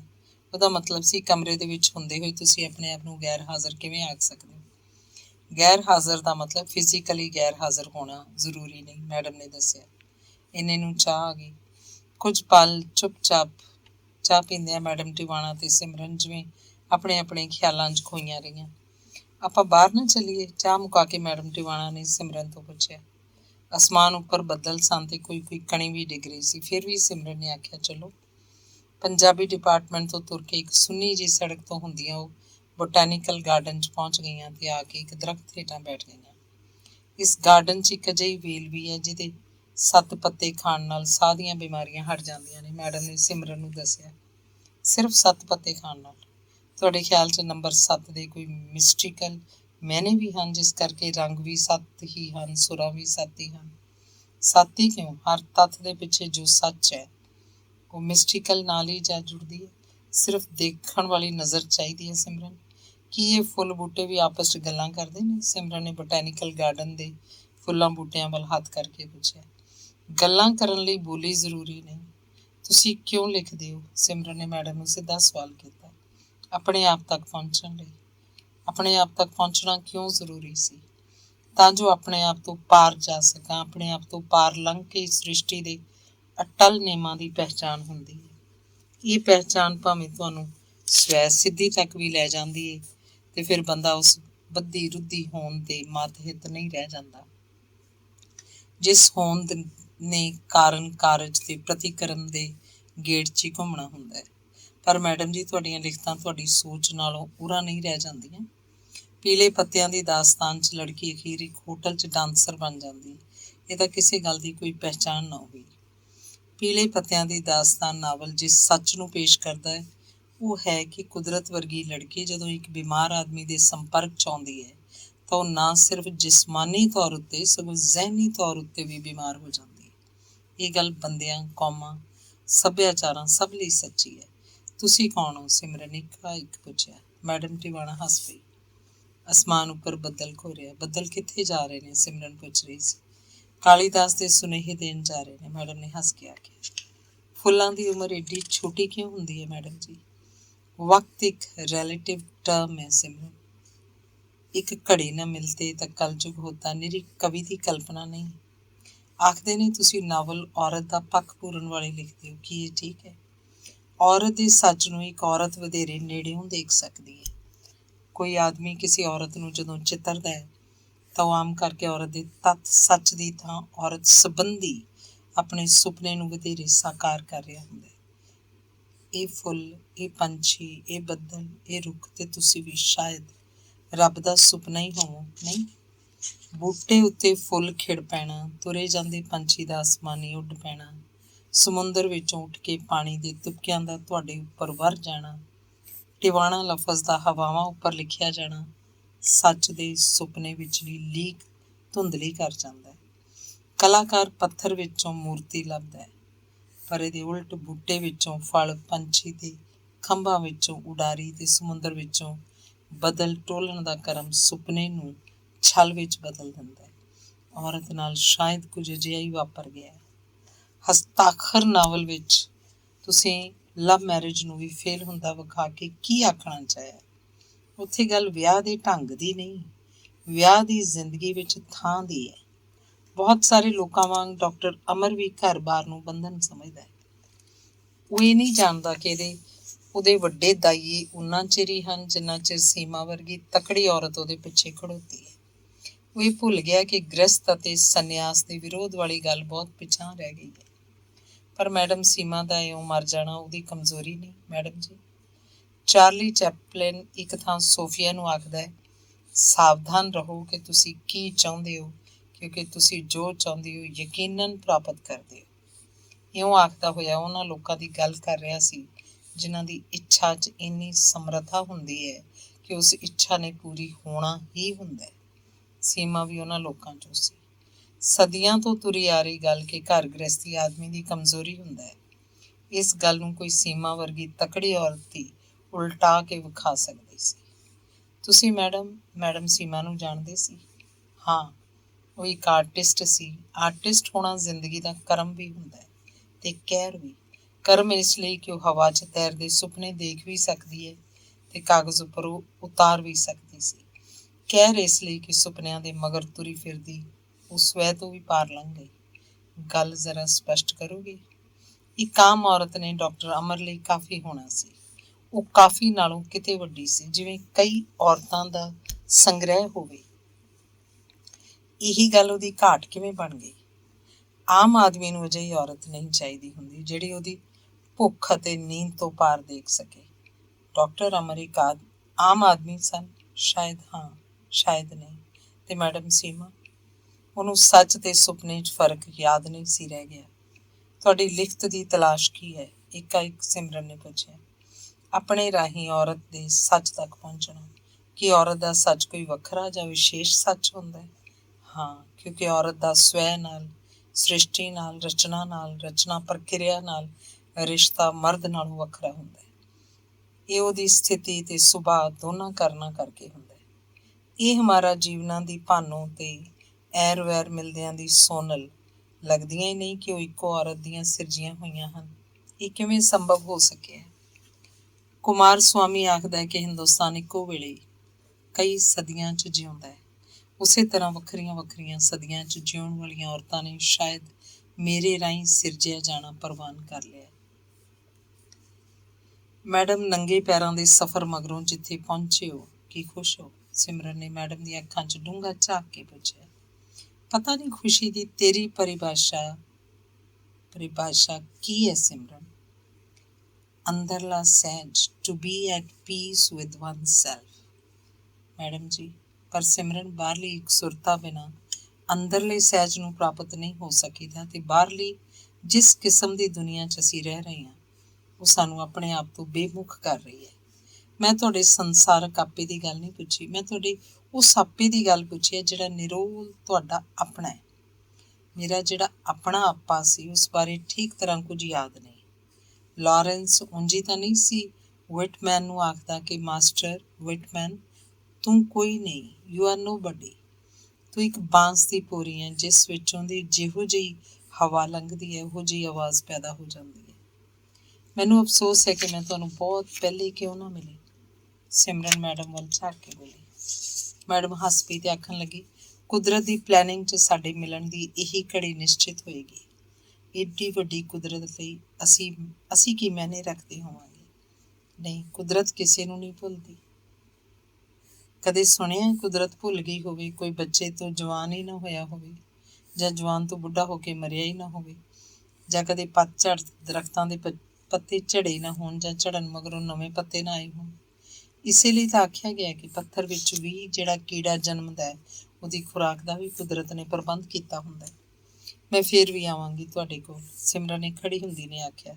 ਸਿਮਰਨ, ਤੇਰੇ ਪਾਪਾ ਦਾ ਕੀ ਹਾਲ ਹੈ? ਜਾਣ ਲੱਗੀ ਤੂੰ ਸਿਮਰਨ ਤੋਂ ਮੈਡਮ ਨੇ ਪੁੱਛਿਆ। ਠੀਕ ਹੀ ਹੋਏਗਾ, ਤੁਸੀਂ ਉਹਨਾਂ ਨੂੰ ਜਾਣਦੇ ਹੋ? ਤੇਰੀ ਮੰਮੀ ਦੇ ਮਰਨ ਤੋਂ ਪਹਿਲਾਂ ਉਹ ਇਸੇ ਯੂਨੀਵਰਸਿਟੀ 'ਚ ਪੜ੍ਹਾਉਂਦੇ ਹੁੰਦੇ ਸੀ। ਤੇ ਮੇਰੀ ਮੰਮੀ ਨੂੰ ਤੁਸੀਂ ਦੇਖਿਆ ਸੀ? ਹਾਂ, ਤੇਰੇ ਵਰਗੀ ਸੀ। ਦੇਖਣ ਨੂੰ ਵੀ ਤੇ ਸਮਝ ਵਿੱਚ ਵੀ। ਪ੍ਰੋਬਲਮ ਤੇਰੇ ਲਈ ਵੀ ਉਹੀ ਆਏਗੀ ਕਿ ਕਿਹੋ ਜਿਹੇ ਬੰਦੇ ਨਾਲ ਸ਼ਾਦੀ ਕਰੇ। ਸ਼ਾਦੀ ਕਰਨੀ ਕਿਉਂ ਜ਼ਰੂਰੀ ਹੈ? ਪੱਛਮ 'ਚ ਬਥੇਰੀਆਂ ਔਰਤਾਂ ਆਪਣੀ ਮਰਜ਼ੀ ਨਾਲ ਵਿਆਹ ਵੀ ਨਹੀਂ ਕਰਦੀਆਂ। ਪਰ ਦੇਖਣ ਵਾਲੀ ਗੱਲ ਤਾਂ ਇਹ ਹੈ ਕਿ ਸਿਮਰਨ, ਕਿ ਕੀ ਇਹ ਮਰਜ਼ੀ ਉਹਨਾਂ ਨੂੰ ਆਪਣੀ ਮਰਜ਼ੀ ਨਾਲ ਮਿਲੀ ਹੈ ਜਾਂ ਇਸ ਮਰਜ਼ੀ ਦੇ ਪਿੱਛੇ ਵੀ ਮਜਬੂਰੀਆਂ ਹਨ। ਪਰ ਮੈਡਮ, ਔਰਤ ਨੇ ਇਸ ਗੱਲ ਨੂੰ ਏਡੀ ਵੱਡੀ ਗੱਲ ਕਿਉਂ ਬਣਾ ਲਿਆ? ਇਸ ਲਈ ਕਿ ਇਸ ਤੋਂ ਵੱਡੀ ਹੋਰ ਕੀ ਗੱਲ ਹੋਏਗੀ ਕਿ ਔਰਤ ਨੂੰ ਕੁਦਰਤ ਨੇ ਸੰਸਾਰ ਦੀ ਸਿਰਜਣ ਵਿੱਚ ਆਪਣੀ ਭਾਈਵਾਲ ਬਣਾਇਆ। ਸਿਮਰਨ ਸੋਚਾਂ ਜਿਹੀਆਂ 'ਚ ਖੋ ਗਈ। ਤੂੰ ਆਪਣੀ ਰਿਸਰਚ ਵਿੱਚ ਔਰਤ ਬਾਰੇ ਕੀ ਲੱਭਿਆ? ਮੈਡਮ ਨੇ ਪੁੱਛਿਆ। ਮੈਂ ਔਰਤਾਂ ਦੀਆਂ ਲਿਖਤਾਂ ਦਾ ਦਾਰਸ਼ਨਿਕ ਆਧਾਰ ਲੱਭਣ ਲਈ ਕੰਮ ਸ਼ੁਰੂ ਕੀਤਾ ਸੀ, ਪਰ ਅਜੇ ਤੱਕ ਇਹ ਵੀ ਸਪਸ਼ਟ ਨਹੀਂ ਹੋਇਆ ਕਿ ਇੱਕ ਔਰਤ ਲੇਖਿਕਾ ਦਾ ਮੁੱਲ ਵਿਧਾਨ ਉਹਦੇ ਸਵੈ ਤੋਂ ਸ਼ੁਰੂ ਹੁੰਦਾ ਹੈ ਕਿ ਉਹਦੇ ਸਵੈ ਉੱਪਰ ਜਾ ਕੇ ਖਤਮ ਹੋ ਜਾਂਦਾ ਹੈ। ਲਿਖਤਾਂ ਉਹਦੇ ਸਵੈ ਦੀ ਤਲਾਸ਼ ਹੁੰਦੀ ਹੈ ਕਿ ਉਹਦੇ ਸਵੈ ਦਾ ਜਸਟੀਫਿਕੇਸ਼ਨ। ਲੱਗਦਾ ਹੈ ਔਰਤ ਨੂੰ, ਭਾਵੇਂ ਉਹ ਲੇਖਿਕਾ ਹੀ ਹੈ, ਅਜੇ ਤੱਕ ਇਹ ਵੀ ਸਪਸ਼ਟ ਨਹੀਂ ਕਿ ਉਹ ਚਾਹੁੰਦੀ ਕੀ ਹੈ। ਅੰਮ੍ਰਿਤਾ ਨੂੰ ਮੈਂ ਬਹੁਤ ਤਕੜੀ ਔਰਤ ਸਮਝਦੀ ਸੀ, ਜਿਹਨੇ ਜਿਵੇਂ ਜੀ ਕੀਤਾ ਜਿਉਂ ਲਿਆ। ਪਰ ਹੁਣ ਉਹ ਆਖਰੀ ਵਰ੍ਹਿਆਂ 'ਚ ਜਾ ਕੇ ਆਪਣੇ ਉਸ ਜਿਉਣ ਦੇ ਕਾਰਨ ਹਸਤ ਰੇਖਾਵਾਂ, ਗ੍ਰਹਿ ਚੱਕਰਾਂ, ਸੌਰ ਮੰਡਲਾਂ 'ਚ ਦੇਖਦੀ ਹੈ। ਪਤਾ ਨਹੀਂ ਆਪਣੇ ਜੀਣ ਥੀਨ ਦੀ ਉਹ ਕਿਸ ਕੋਲੋਂ ਮਾਫੀ ਮੰਗ ਰਹੀ ਹੈ। ਸਿਮਰਨ ਬੋਲੀ। ਸਿਮਰਨ, ਅਸਲ ਗੱਲ ਇਹ ਹੈ ਕਿ ਤੂੰ ਵੀ ਔਰਤਾਂ ਦੀਆਂ ਲਿਖਤਾਂ ਦਾ ਦਾਰਸ਼ਨਿਕ ਆਧਾਰ ਨਹੀਂ ਲੱਭ ਰਹੀ। ਤੂੰ ਤਾਂ ਆਪਣੀ ਆਈਡੈਂਟਿਟੀ ਤੇ ਆਪਣੀ ਡੈਸਟਨੀ ਤਲਾਸ਼ ਕਰ ਰਹੀ ਹੈ। ਮੈਡਮ ਟਿਵਾਣਾ ਨੇ ਜਦੋਂ ਆਖਿਆ, ਸਿਮਰਨ ਹੈਰਾਨ ਹੋ ਕੇ ਉਹਦੇ ਮੂੰਹ ਵੱਲ ਝਾਕੀ। ਥੋੜ੍ਹੀਆਂ ਥੋੜ੍ਹੀਆਂ ਕਣੀਆਂ ਪੈਣ ਲੱਗ ਪਈਆਂ ਸਨ ਜਦੋਂ ਸਿਮਰਨ ਤੇ ਮੈਡਮ ਟਿਵਾਣਾ ਉਸ ਬੋਟੈਨੀਕਲ ਗਾਰਡਨ ਤੋਂ ਬਾਹਰ ਆਈਆਂ। ਕਿੰਨਾ ਖੂਬਸੂਰਤ ਇਹ ਬਾਗ! ਮੈਡਮ ਨੇ ਇੱਕ ਨਜ਼ਰ ਰੁੱਖਾਂ ਬੂਟਿਆਂ ਵੱਲ ਦੇਖਦਿਆਂ ਆਖਿਆ। ਸਿਮਰਨ ਨੂੰ ਹੈਰਾਨੀ ਲੱਗੀ ਕਿ ਪਹਿਲੇ ਕਦੀ ਇਹ ਬਾਗ ਉਹਨੂੰ ਇਸ ਤਰ੍ਹਾਂ ਦਾ ਕਿਉਂ ਨਹੀਂ ਸੀ ਦਿਸਿਆ। ਲੋਕ ਜਿਸ ਥਾਂ ਨੂੰ ਸਵਰਗ ਆਖਦੇ ਨੇ, ਸ਼ਾਇਦ ਕੁਝ ਇਹੋ ਜਿਹਾ ਹੀ ਹੋਵੇ। ਮੈਡਮ ਨੇ ਤੁਰੇ ਜਾਂਦਿਆਂ ਹੱਸ ਕੇ ਆਖਿਆ। ਸਿਮਰਨ ਨੇ ਕੋਈ ਜਵਾਬ ਨਾ ਦਿੱਤਾ। ਉਹ ਤਾਂ ਜਿਵੇਂ ਪਤਾ ਨਹੀਂ ਕਦੋਂ ਦੀ ਬਾਗ ਵੱਲ ਨੂੰ ਹੀ ਪਰਤ ਗਈ ਸੀ। ਅੰਗ 15। ਆਮ ਜਿਹਾ ਮੌਸਮ ਸੀ। ਦਿੱਲੀ ਮਾਮਾ ਜੀ ਦੀ ਬੇਟੀ ਦਾ ਵਿਆਹ ਹੋ ਗਿਆ ਸੀ ਤੇ ਉਹ ਆਪਣੇ ਘਰ ਵਾਲੇ ਨਾਲ ਲੰਡਨ ਚਲੀ ਵੀ ਗਈ ਸੀ। ਧੀਆਂ ਦਾ ਇਹੀ ਤਾਂ ਦੁੱਖ ਹੁੰਦਾ ਹੈ, ਨਾਲੇ ਢਿੱਡ ਖਾਲੀ ਨਾਲੇ ਘਰ ਖਾਲੀ। ਬਿੰਦ 'ਚ ਪਰਾਈ ਹੋ ਗਈ, ਬੇਜੀ ਆਖ ਰਹੇ ਸਨ। ਸੰਸਾਰ 'ਚ ਬੇਜੀ ਬਾਕੀ ਹਰ ਚੀਜ਼ ਦਾ ਮੁੱਲ ਦੇਣਾ ਪੈਂਦਾ ਹੈ, ਸਿਰਫ ਕੂੜੇ ਵਾਂਗ। ਕੁੜੀ ਨੂੰ ਲੈ ਕੇ ਜਾਣ ਵਾਲੇ ਨੂੰ ਸਗੋਂ ਨਾਲ ਕੁਝ ਦਿੱਤਾ ਜਾਂਦਾ ਹੈ। ਸਿਮਰਨ ਬੋਲੀ। ਤੂੰ ਸਾਰਾ ਦਿਨ ਉਲਟੀਆਂ ਸਿੱਧੀਆਂ ਗੱਲਾਂ ਨਾ ਸੋਚਦੀ ਰਿਹਾ ਕਰ। ਪਿਛਲੇ ਲੋਕ ਆਖਦੇ ਸਨ, ਧੀ ਨਾ ਵੀ ਹੋਵੇ ਤਾਂ ਘਰ ਦਾ ਪੁੰਨ ਨਹੀਂ ਨਿਕਲਦਾ। ਬੇਜੀ ਬੋਲੇ। ਇਹਦਾ ਮਤਲਬ ਹੈ ਬਾਕੀ ਚੀਜ਼ਾਂ ਵਸਤਾਂ ਦੇ ਨਾਲ ਕੰਨਿਆ ਵੀ ਦਾਨ ਕਰਤੀ ਜਾਂਦੀ ਹੈ ਤੇ ਗਰੀਬ ਲੋਕ ਕੁੜੀ ਨੂੰ ਪੁੰਨ ਦੀ ਵਿਆਹੁਣ ਦੀ ਥਾਂ ਜਿਹਦੇ ਪੈਸੇ ਵੀ ਵੱਟ ਲੈਂਦੇ ਨੇ, ਹੈ ਨਾ? ਸਿਮਰਨ ਨੇ ਜਦੋਂ ਆਖਿਆ, ਬੇਜੀ ਨੂੰ ਸਿਮਰਨ ਤੋਂ ਜਿਵੇਂ ਭੈ ਲੱਗਿਆ। ਉਹਦੀ ਮਾਂ ਵੀ ਹਰ ਗੱਲ ਨੂੰ ਚੀਰ ਫਾੜ ਕੇ ਉਹੀ ਦੇਖ ਲੈਂਦੀ ਸੀ ਤੇ ਚੰਦਰੀ ਭੰਗ ਦੇ ਪਹਾੜੇ ਗਈ। ਸਿਮਰਨ, ਪਾਠ ਕਰਿਆ ਕਰ। ਮਾਮੀ ਜੀ ਨੇ ਪਤਾ ਨਹੀਂ ਕੀ ਸੋਚ ਕੇ ਸਿਮਰਨ ਨੂੰ ਆਖਿਆ। ਮੈਂ ਮਾਮੀ ਜੀ ਰੱਬ ਤੋਂ ਕਦੇ ਕੁਝ ਨਹੀਂ ਮੰਗਿਆ। ਪਾਠ ਕੁਝ ਮੰਗਣ ਲਈ ਨਹੀਂ ਕਰੀਦਾ, ਇਹ ਤਾਂ ਮਨ ਦੀ ਸ਼ਾਂਤੀ ਲਈ ਵੀ ਜ਼ਰੂਰੀ ਹੈ। ਤੁਹਾਨੂੰ ਮੈਂ ਅਸ਼ਾਂਤ ਲੱਗਦੀ ਰਹਿੰਦੀ ਹਾਂ? ਸਿਮਰਨ ਨੇ ਮਾਮੀ ਜੀ ਤੋਂ ਹੱਸ ਕੇ ਪੁੱਛਿਆ। ਸਾਡੀ ਹਰ ਸੋਚ ਦੀ ਇੱਕ ਹੱਦ ਹੈ। ਜੇ ਅਸੀਂ ਉਸ ਹੱਦ ਤੋਂ ਪਾਰ ਨਹੀਂ ਜਾ ਸਕਦੇ ਤਾਂ ਇਹ ਮਤਲਬ ਨਹੀਂ ਕਿ ਉਸ ਹੱਦ ਤੋਂ ਪਾਰ ਕੁਝ ਹੈ ਹੀ ਨਹੀਂ। ਸਿਮਰਨ ਦੀ ਮਾਮੀ ਜੀ ਨੇ ਜਦੋਂ ਦੱਸਿਆ, ਸਿਮਰਨ ਹੈਰਾਨ ਹੋ ਕੇ ਉਹਨਾਂ ਵੱਲ ਝਾਕੀ। ਬੇਜੀ ਵਾਪਸ ਪਟਿਆਲੇ ਜਾਣ ਲਈ ਨਿੱਕੀਆਂ ਮੋਟੀਆਂ ਚੀਜ਼ਾਂ ਇਕੱਠੀਆਂ ਕਰਕੇ ਅਟੈਚੀ ਕੇਸ 'ਚ ਪਾਉਣ ਲੱਗੀ। ਬੇਜੀ, ਕੁਝ ਦਿਨ ਹੋਰ ਰਹਿ ਜਾਓ, ਠੀਕ ਹੈ ਨਾ? ਠੀਕ ਹੈ ਨਾ ਸਿਮਰਨ? ਮਾਮੀ ਜੀ ਨੇ ਉਦਾਸ ਜਿਹੇ ਹੋ ਕੇ ਆਖਿਆ। ਠੀਕ ਹੈ, ਨਹਿਰੂ ਮਿਊਜ਼ੀਅਮ ਵਿੱਚ ਮੈਂ ਕੁਝ ਕਿਤਾਬਾਂ ਵੀ ਦੇਖ ਲਾਂਗੀ, ਸਿਮਰਨ ਨੇ ਜਵਾਬ ਦਿੱਤਾ। ਤੇ ਇੱਕ ਦਿਨ ਸਿਮਰਨ ਨਹਿਰੂ ਮਿਊਜ਼ੀਅਮ ਵਿੱਚ ਬੈਠੀ ਜਦੋਂ ਪੜ੍ਹ ਰਹੀ ਸੀ, ਕਿਸੇ ਨੇ ਉੱਚੀ ਆਵਾਜ਼ 'ਚ ਆਖਿਆ, ਮਿਸਿਸ ਇੰਦਰਾ ਗਾਂਧੀ ਦੇ ਗੋਲੀਆਂ ਮਾਰ ਦਿੱਤੀਆਂ ਗਈਆਂ ਨੇ। ਝੀਲ ਦੇ ਪਾਣੀਆਂ 'ਚ ਜਿਵੇਂ ਕਿਸੇ ਨੇ ਢੀਮ ਮਾਰਤੀ ਹੋਵੇ। ਘਬਰਾਹਟ, ਹਲਚਲ, ਕਿੱਥੇ, ਕਿਵੇਂ, ਕਿਸਨੇ, ਹਰ ਪਾਸੇ ਸਵਾਲ ਹੀ ਸਵਾਲ ਸਨ। ਚਿੰਤਾ ਹੀ ਚਿੰਤਾ ਸੀ। ਲੋਕ ਘੜੀ ਘੜੀ ਰੇਡੀਓ ਤੋਂ ਖਬਰਾਂ ਸੁਣ ਰਹੇ ਸਨ, ਇੱਕ ਦੂਜੇ ਤੋਂ ਪੁੱਛ ਰਹੇ ਸਨ। ਘਰਾਂ, ਦੁਕਾਨਾਂ ਤੋਂ ਬਾਹਰ, ਗਲੀਆਂ, ਮੁਹੱਲਿਆਂ, ਬਾਜ਼ਾਰਾਂ ਤੇ ਸੜਕਾਂ ਉੱਪਰ ਭੀੜ ਵੱਧ ਰਹੀ ਸੀ। ਲੋਕ ਮੈਡੀਕਲ ਇੰਸਟੀਚਿਊਟ ਵੱਲ ਤੁਰ ਪਏ ਸਨ। ਸਿਮਰਨ ਨੇ ਵੀ ਆਪਣੇ ਕਾਗਜ਼ ਪੱਤਰ ਸਮੇਟੇ ਤੇ ਸਕੂਟਰ ਰਿਕਸ਼ਾ ਲੈ ਕੇ ਘਰ ਆ ਗਈ। ਕੁਲਦੀਪ ਨੇ ਮਿਲਿਆ, ਤੈਨੂੰ ਉਹ ਲੈਣ ਗਿਆ ਸੀ। ਬਈ ਨਾ ਜਾਣੀਏ ਕੋਈ ਰੌਲਾ ਗੌਲਾ ਹੋ ਜਾਏ, ਬੇਜੀ ਨੇ ਦੱਸਿਆ। ਮਾਮਾ ਜੀ ਦੂਸਰੇ ਰਸਤੇ ਤੋਂ ਚਲੇ ਗਏ ਹੋਣੇ ਨੇ, ਸਿਮਰਨ ਨੇ ਪਾਣੀ ਦਾ ਗਲਾਸ ਪੀਂਦਿਆਂ ਆਖਿਆ। ਮਾੜੀ ਗੱਲ ਹੋਈ, ਸਿਮਰਨ ਨੇ ਟੀਵੀ ਔਨ ਕਰਦਿਆਂ ਆਖਿਆ। ਆਪਣੇ ਆਪਣੇ ਕਰਮਾਂ ਦੇ ਫਲ ਭੋਗਣੇ ਨੇ, ਲਿਖੀ ਹੋਈ ਕੋਈ ਨਹੀਂ ਟਾਲ ਸਕਦਾ, ਬੀਜੀ ਆਖ ਰਹੇ ਸੀ। ਪਾਕਿਸਤਾਨ ਰੇਡੀਓ ਨੇ ਮਿਸਿਜ਼ ਇੰਦਰਾ ਗਾਂਧੀ ਦੀ ਮੌਤ ਦੀ ਖਬਰ ਦੇ ਦਿੱਤੀ ਸੀ, ਪਰ ਭਾਰਤੀ ਰੇਡੀਓ ਆਖ ਰਿਹਾ ਸੀ ਹਾਲਤ ਗੰਭੀਰ ਹੈ। ਟੈਲੀਫੋਨ ਦੀ ਘੰਟੀ ਖੜਕੀ, ਲੰਡਨ ਤੋਂ ਟਰੰਕ ਕਾਲ ਸੀ। ਸਿਮਰਨ ਨੇ ਸੁਣੀ। ਕੁੱਕੂ ਮਾਸੀ ਜੀ ਆਖ ਰਹੇ ਸਨ, ਮਿਸਿਜ਼ ਇੰਦਰਾ ਗਾਂਧੀ ਦੇ ਮਰਨ ਦੀ ਖਬਰ ਤੇ ਦਿੱਲੀ ਵਿੱਚ ਹੋ ਰਹੇ ਦੰਗੇ ਫਸਾਦ ਟੈਲੀਵਿਜ਼ਨ ਉੱਪਰ ਦੇਖ ਕੇ ਰਿਸ਼ਮ ਰੋਈ ਜਾ ਰਹੀ ਹੈ। ਤੁਸੀਂ ਸਭ ਠੀਕ ਤਾਂ ਹੋ? ਦੰਗੇ ਫਸਾਦ ਹੋ ਰਹੇ ਨੇ? ਸਿਮਰਨ ਨੇ ਹੈਰਾਨ ਹੋ ਕੇ ਪੁੱਛਿਆ। ਕੁਲਦੀਪ ਨੂੰ ਆਖੋ ਤੁਸੀਂ ਛੇਤੀ ਨਾਲ ਪੰਜਾਬ ਨੂੰ ਚਲੇ ਜਾਓ, ਹਾਲਾਤ ਦਾ ਕੁਝ ਪਤਾ ਨਹੀਂ। ਇਸੇ ਮਾਰੇ ਤਾਂ ਤੇਰੇ ਮਾਸੜ ਜੀ ਨੇ ਸਾਨੂੰ ਰਿਸ਼ਮ ਦੇ ਵਿਆਹ ਉੱਪਰ ਨਹੀਂ ਸੀ ਆਣ ਦਿੱਤਾ ਕਿ ਹਿੰਦੁਸਤਾਨ 'ਚ ਤਾਂ ਪਤਾ ਨਹੀਂ ਕਦੋਂ ਕੀ ਹੋ ਜਾਏ, ਕੁੱਕੂ ਮਾਸੀ ਜੀ ਆਖ ਰਹੇ ਸੀ। ਮਾਮਾ ਜੀ ਹੁਣੇ ਆਣਗੇ ਤੇ ਮੈਂ ਆਖ ਦਿਆਂਗੀ, ਉਂਝ ਤੁਸੀਂ ਬਹੁਤਾ ਫਿਕਰ ਨਾ ਕਰੋ। ਫਿਕਰ ਕਾਰਨ ਤਾਂ ਮਾਮਾ ਜੀ ਸਾਨੂੰ ਆਖਦੇ ਸਨ ਪੰਜਾਬ 'ਚ ਨਾ ਰਹੋ, ਸਗੋਂ ਦਿੱਲੀ ਚਲੋ। ਬੇਜੀ ਦਾ ਕੀ ਹਾਲ ਹੈ? ਠੀਕ ਹੈ। ਰੇਸ਼ਮ ਦਾ ਉਹਨਾਂ ਨੂੰ ਆਖੀ ਉੱਕਾ ਫਿਕਰ ਨਾ ਕਰਨ, ਅਸੀਂ ਸਭ ਠੀਕ ਹਾਂ ਇੱਧਰ। ਲਿਆ ਮੈਨੂੰ ਫੜਾ ਟੈਲੀਫੋਨ, ਬੀਜੀ ਨੇ ਅਗਾਂਹ ਹੋ ਕੇ ਆਖਿਆ। ਸਿਮਰਨ ਨੇ ਰਿਸੀਵਰ ਫੜਾ ਦਿੱਤਾ। ਕੁੱਕੂ ਰਾਜੀ ਹੋ ਤੁਸੀਂ ਸਾਰੇ? ਰਿਸ਼ਮ ਦਾ ਖਿਆਲ ਰੱਖਿਓ, ਨਿਆਣੀ ਹੈ, ਆਖੀ ਟੈਲੀਫੋਨ ਕਰ ਦਿਆ ਕਰੇ। ਕੁਲਦੀਪ ਖਰਾ ਹੀ ਉਦਾਸ ਹੋ ਗਿਆ ਸੀ ਉਹਨੂੰ ਤੋਰ ਕੇ। ਅਸੀਂ ਸਭ ਠੀਕ ਹਾਂ, ਰੋਜ਼ ਟੈਲੀਫੋਨ ਕਰ ਦਿਆ ਕਰੀਏ। ਪੈਸੇ ਬੜੇ ਲੱਗਦੇ ਨੇ ਬਾਹਰਲੇ ਮੁਲਕ ਦੇ ਤਾਂ। ਚੰਗਾ, ਆਖ ਦੂੰਗੀ ਕੁਲਦੀਪ ਸਿੰਘ ਨੂੰ, ਤੁਸੀਂ ਕੋਈ ਫਿਕਰ ਨਾ ਕਰਿਓ। ਆਖਦਿਆਂ ਬੇਜੀ ਜਦੋਂ ਟੈਲੀਫੋਨ ਤੋਂ ਵਿਹਲੇ ਹੋਏ ਤਾਂ ਉਹਨਾਂ ਨੇ ਫਿਰ ਪੁੱਛਿਆ, ਕੁਲਦੀਪ ਆਇਆ ਨਹੀਂ ਅਜੇ? ਮਾਮੀ ਜੀ ਤੇ ਪਿੰਕੀ ਉੱਪਰ ਨੇ ਸਿਖਰ, ਸਿਮਰਨ ਨੇ ਪੁੱਛਿਆ। ਕਾਹਨੂੰ? ਉਹਨਾਂ ਨਿੱਜ ਹੋਣੀਆਂ ਨੇ ਵੀ ਅੱਜ ਹੀ ਜਿਵੇਂ ਬਾਜ਼ਾਰ ਜਾਣਾ ਸੀ। ਹੇਠਾਂ ਕਾਰ ਦਾ ਹਾਰਨ ਵੱਜਿਆ। ਸਿਮਰਨ ਨੇ ਖਿੜਕੀ ਵਿੱਚੋਂ ਦੇਖਿਆ, ਟੈਕਸੀ ਵਾਲੇ ਨੂੰ ਪੈਸੇ ਦੇ ਕੇ ਪਿੰਕੀ ਤੇ ਉਹਦੀ ਮਾਮੀ ਕਾਹਲੀ ਕਾਹਲੀ ਪੌੜੀਆਂ ਚੜ੍ਹ ਰਹੇ ਸਨ। ਸ਼ੁਕਰ ਹੈ ਤੂੰ ਘਰ ਪਹੁੰਚ ਗਈ, ਪਤਾ ਲੱਗਦੇ ਸਾਰ ਅਸੀਂ ਤਾਂ ਟੈਕਸੀ ਲੈ ਕੇ ਤੈਨੂੰ ਨਹਿਰੂ ਮਿਊਜ਼ੀਅਮ ਤੋਂ ਲੈਣ ਗਏ ਸੀ, ਮਾਮੀ ਜੀ ਬੋਲੇ। ਬਾਹਰ ਰੌਲਾ ਗੌਲਾ ਤਾਂ ਨਹੀਂ ਕੋਈ? ਕੁਲਦੀਪ ਨਹੀਂ ਅਜੇ ਤੱਕ ਆਇਆ, ਬੇਜੀ ਪੁੱਛ ਰਹੇ ਸੀ। ਬਹੁਤ ਗੜਬੜ ਹੈ, ਇੰਦਰਾ ਗਾਂਧੀ ਮਰ ਗਈ ਹੈ, ਸਿੱਖਾਂ ਨੂੰ ਘੇਰ ਘੇਰ ਕੇ ਮਾਰਨ ਲੱਗ ਪਏ ਨੇ। ਮਾਮੀ ਜੀ ਨੇ ਜਦੋਂ ਦੱਸਿਆ, ਸਿਮਰਨ ਦਾ ਇੱਕਦਮ ਹੀ ਰੰਗ ਜਿਵੇਂ ਪੀਲਾ ਪੈ ਗਿਆ। ਮਾਮਾ ਜੀ ਅਜੇ ਤੱਕ ਨਹੀਂ ਸੀ ਮੁੜੇ। ਬੇਜੀ ਘਬਰਾਏ ਪਾਠ ਕਰਨ ਲੱਗ ਪਏ। ਹੇਠਾਂ ਕਾਰ ਦੀ ਆਵਾਜ਼ ਆਈ। ਸਿਮਰਨ ਤੇ ਪਿੰਕੀ ਦੌੜ ਕੇ ਬਾਰੀ ਕੋਲ ਗਈਆਂ। ਸਿਮਰਨ ਦੇ ਮਾਮਾ ਜੀ ਨੇ ਛੇਤੀ ਨਾਲ ਕਾਰ ਖੜੀ ਕੀਤੀ, ਪੌੜੀਆਂ ਚੜ੍ਹ ਆਏ। ਪੌੜੀਆਂ ਦਾ ਦਰਵਾਜ਼ਾ ਵੀ ਅੰਦਰੋਂ ਬੰਦ ਕਰ ਆਏ। ਇੰਨਾ ਚਿਰ ਲਾ ਦਿੱਤਾ? ਬੇਜੀ ਨੇ ਤੌਖਲੇ ਨਾਲ ਪੁੱਛਿਆ। ਬਹੁਤ ਭੀੜ ਹੈ, ਕਿਧਰੇ ਲੰਘਣ ਨੂੰ ਰਾਹ ਨਹੀਂ ਸੀ ਮਿਲਦਾ। ਮੱਥੇ ਤੇ ਕੀ ਹੋ ਗਿਆ? ਬੇਜੀ ਨੇ ਉਹਨੂੰ ਰੁਮਾਲ ਨਾਲ ਮੱਥੇ ਨੂੰ ਦਬਾਉਂਦਿਆਂ ਦੇਖ ਕੇ ਪੁੱਛਿਆ। ਕੁਛ ਨਹੀਂ, ਲੋਕਾਂ ਨੇ ਵੱਟੇ ਮਾਰ ਮਾਰ ਕੇ ਕਾਰ ਦੇ ਸ਼ੀਸ਼ੇ ਤੋੜ ਦਿੱਤੇ, ਸਿੱਖਾਂ ਨੂੰ ਮਾਰਨ ਲੱਗ ਪਏ ਨੇ। ਕੁਲਦੀਪ ਨੇ ਘਬਰਾਹਟ ਨੂੰ ਛੁਪਾਉਂਦਿਆਂ ਬੇਜੀ ਨੂੰ ਦੱਸਿਆ ਤੇ ਕਾਹਲੀ ਨਾਲ ਪੇਟੀ ਵਿੱਚੋਂ ਬੰਦੂਕ ਵੀ ਕੱਢ ਲਈ ਤੇ ਕਾਰਤੂਸਾਂ ਦੇ ਡੱਬੇ ਵੀ। ਹੈਂ? ਸਿੱਖਾਂ ਨੂੰ ਮਾਰਨ ਲੱਗ ਪਏ? ਪਰ ਕਿਉਂ?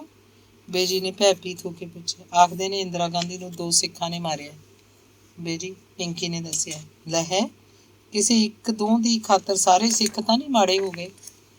ਟਨ, ਟੈਲੀਫੋਨ ਦੀ ਘੰਟੀ ਵੱਜੀ। ਸਾਰੇ ਜਣੇ ਜਿਵੇਂ ਟੈਲੀਫੋਨ ਦੀ ਆਵਾਜ਼ ਤੋਂ ਹੀ ਘਬਰਾ ਗਏ। ਹਾਂਜੀ, ਸਿਮਰਨ ਨੇ ਰਿਸੀਵਰ ਚੁੱਕ ਕੇ ਪੁੱਛਿਆ। ਬੇਟੀ ਸਿਮਰਨ, ਮਾਮਾ ਜੀ ਘਰ ਨੇ? ਜ਼ਰਾ ਫੋਨ ਉਹਨਾਂ ਨੂੰ ਦੇਈ, ਮੈਂ ਨਾਲਾਗੜ੍ਹ ਹਾਊਸ ਤੋਂ ਬੋਲ ਰਿਹਾ। ਮਾਮਾ ਜੀ ਨਾਲਾਗੜ੍ਹ ਹਾਊਸ ਤੋਂ ਫੋਨ ਹੈ, ਸਿਮਰਨ ਨੇ ਰਿਸੀਵਰ ਮੇਜ਼ ਉੱਪਰ ਰੱਖਦਿਆਂ ਦੱਸਿਆ। Hello sir, good afternoon. ਹਾਂਜੀ, ਬੇਟੀਆਂ ਘਰ ਹੀ ਹਨ। ਜੇ ਭੀੜ ਇੰਨੀ ਭੜਕੀ ਹੋਈ ਹੈ ਫਿਰ ਤੁਸੀਂ ਇੱਧਰ ਨਾ ਆਉਣਾ, ਅਜੇ ਠੀਕ ਹੈ। ਸਰ ਗਨ ਬਾਰੀ? ਠੀਕ ਹੈ, ਮਿਹਰਬਾਨੀ। ਕੋਈ ਗੱਲ ਨਹੀਂ, ਫੋਨ ਕਰ ਦਿਆਂਗਾ। Thank you sir, Kuldeep phone 'ਤੇ ਬੋਲ ਰਿਹਾ ਸੀ। ਕੌਣ ਸੀ? ਬੇਜੀ ਨੇ ਪੁੱਛਿਆ। ਉਹ ਨਾਲਾਗੜ੍ਹ ਵਾਲੇ ਬ੍ਰਿਗੇਡੀਅਰ ਸਾਹਿਬ ਸਨ।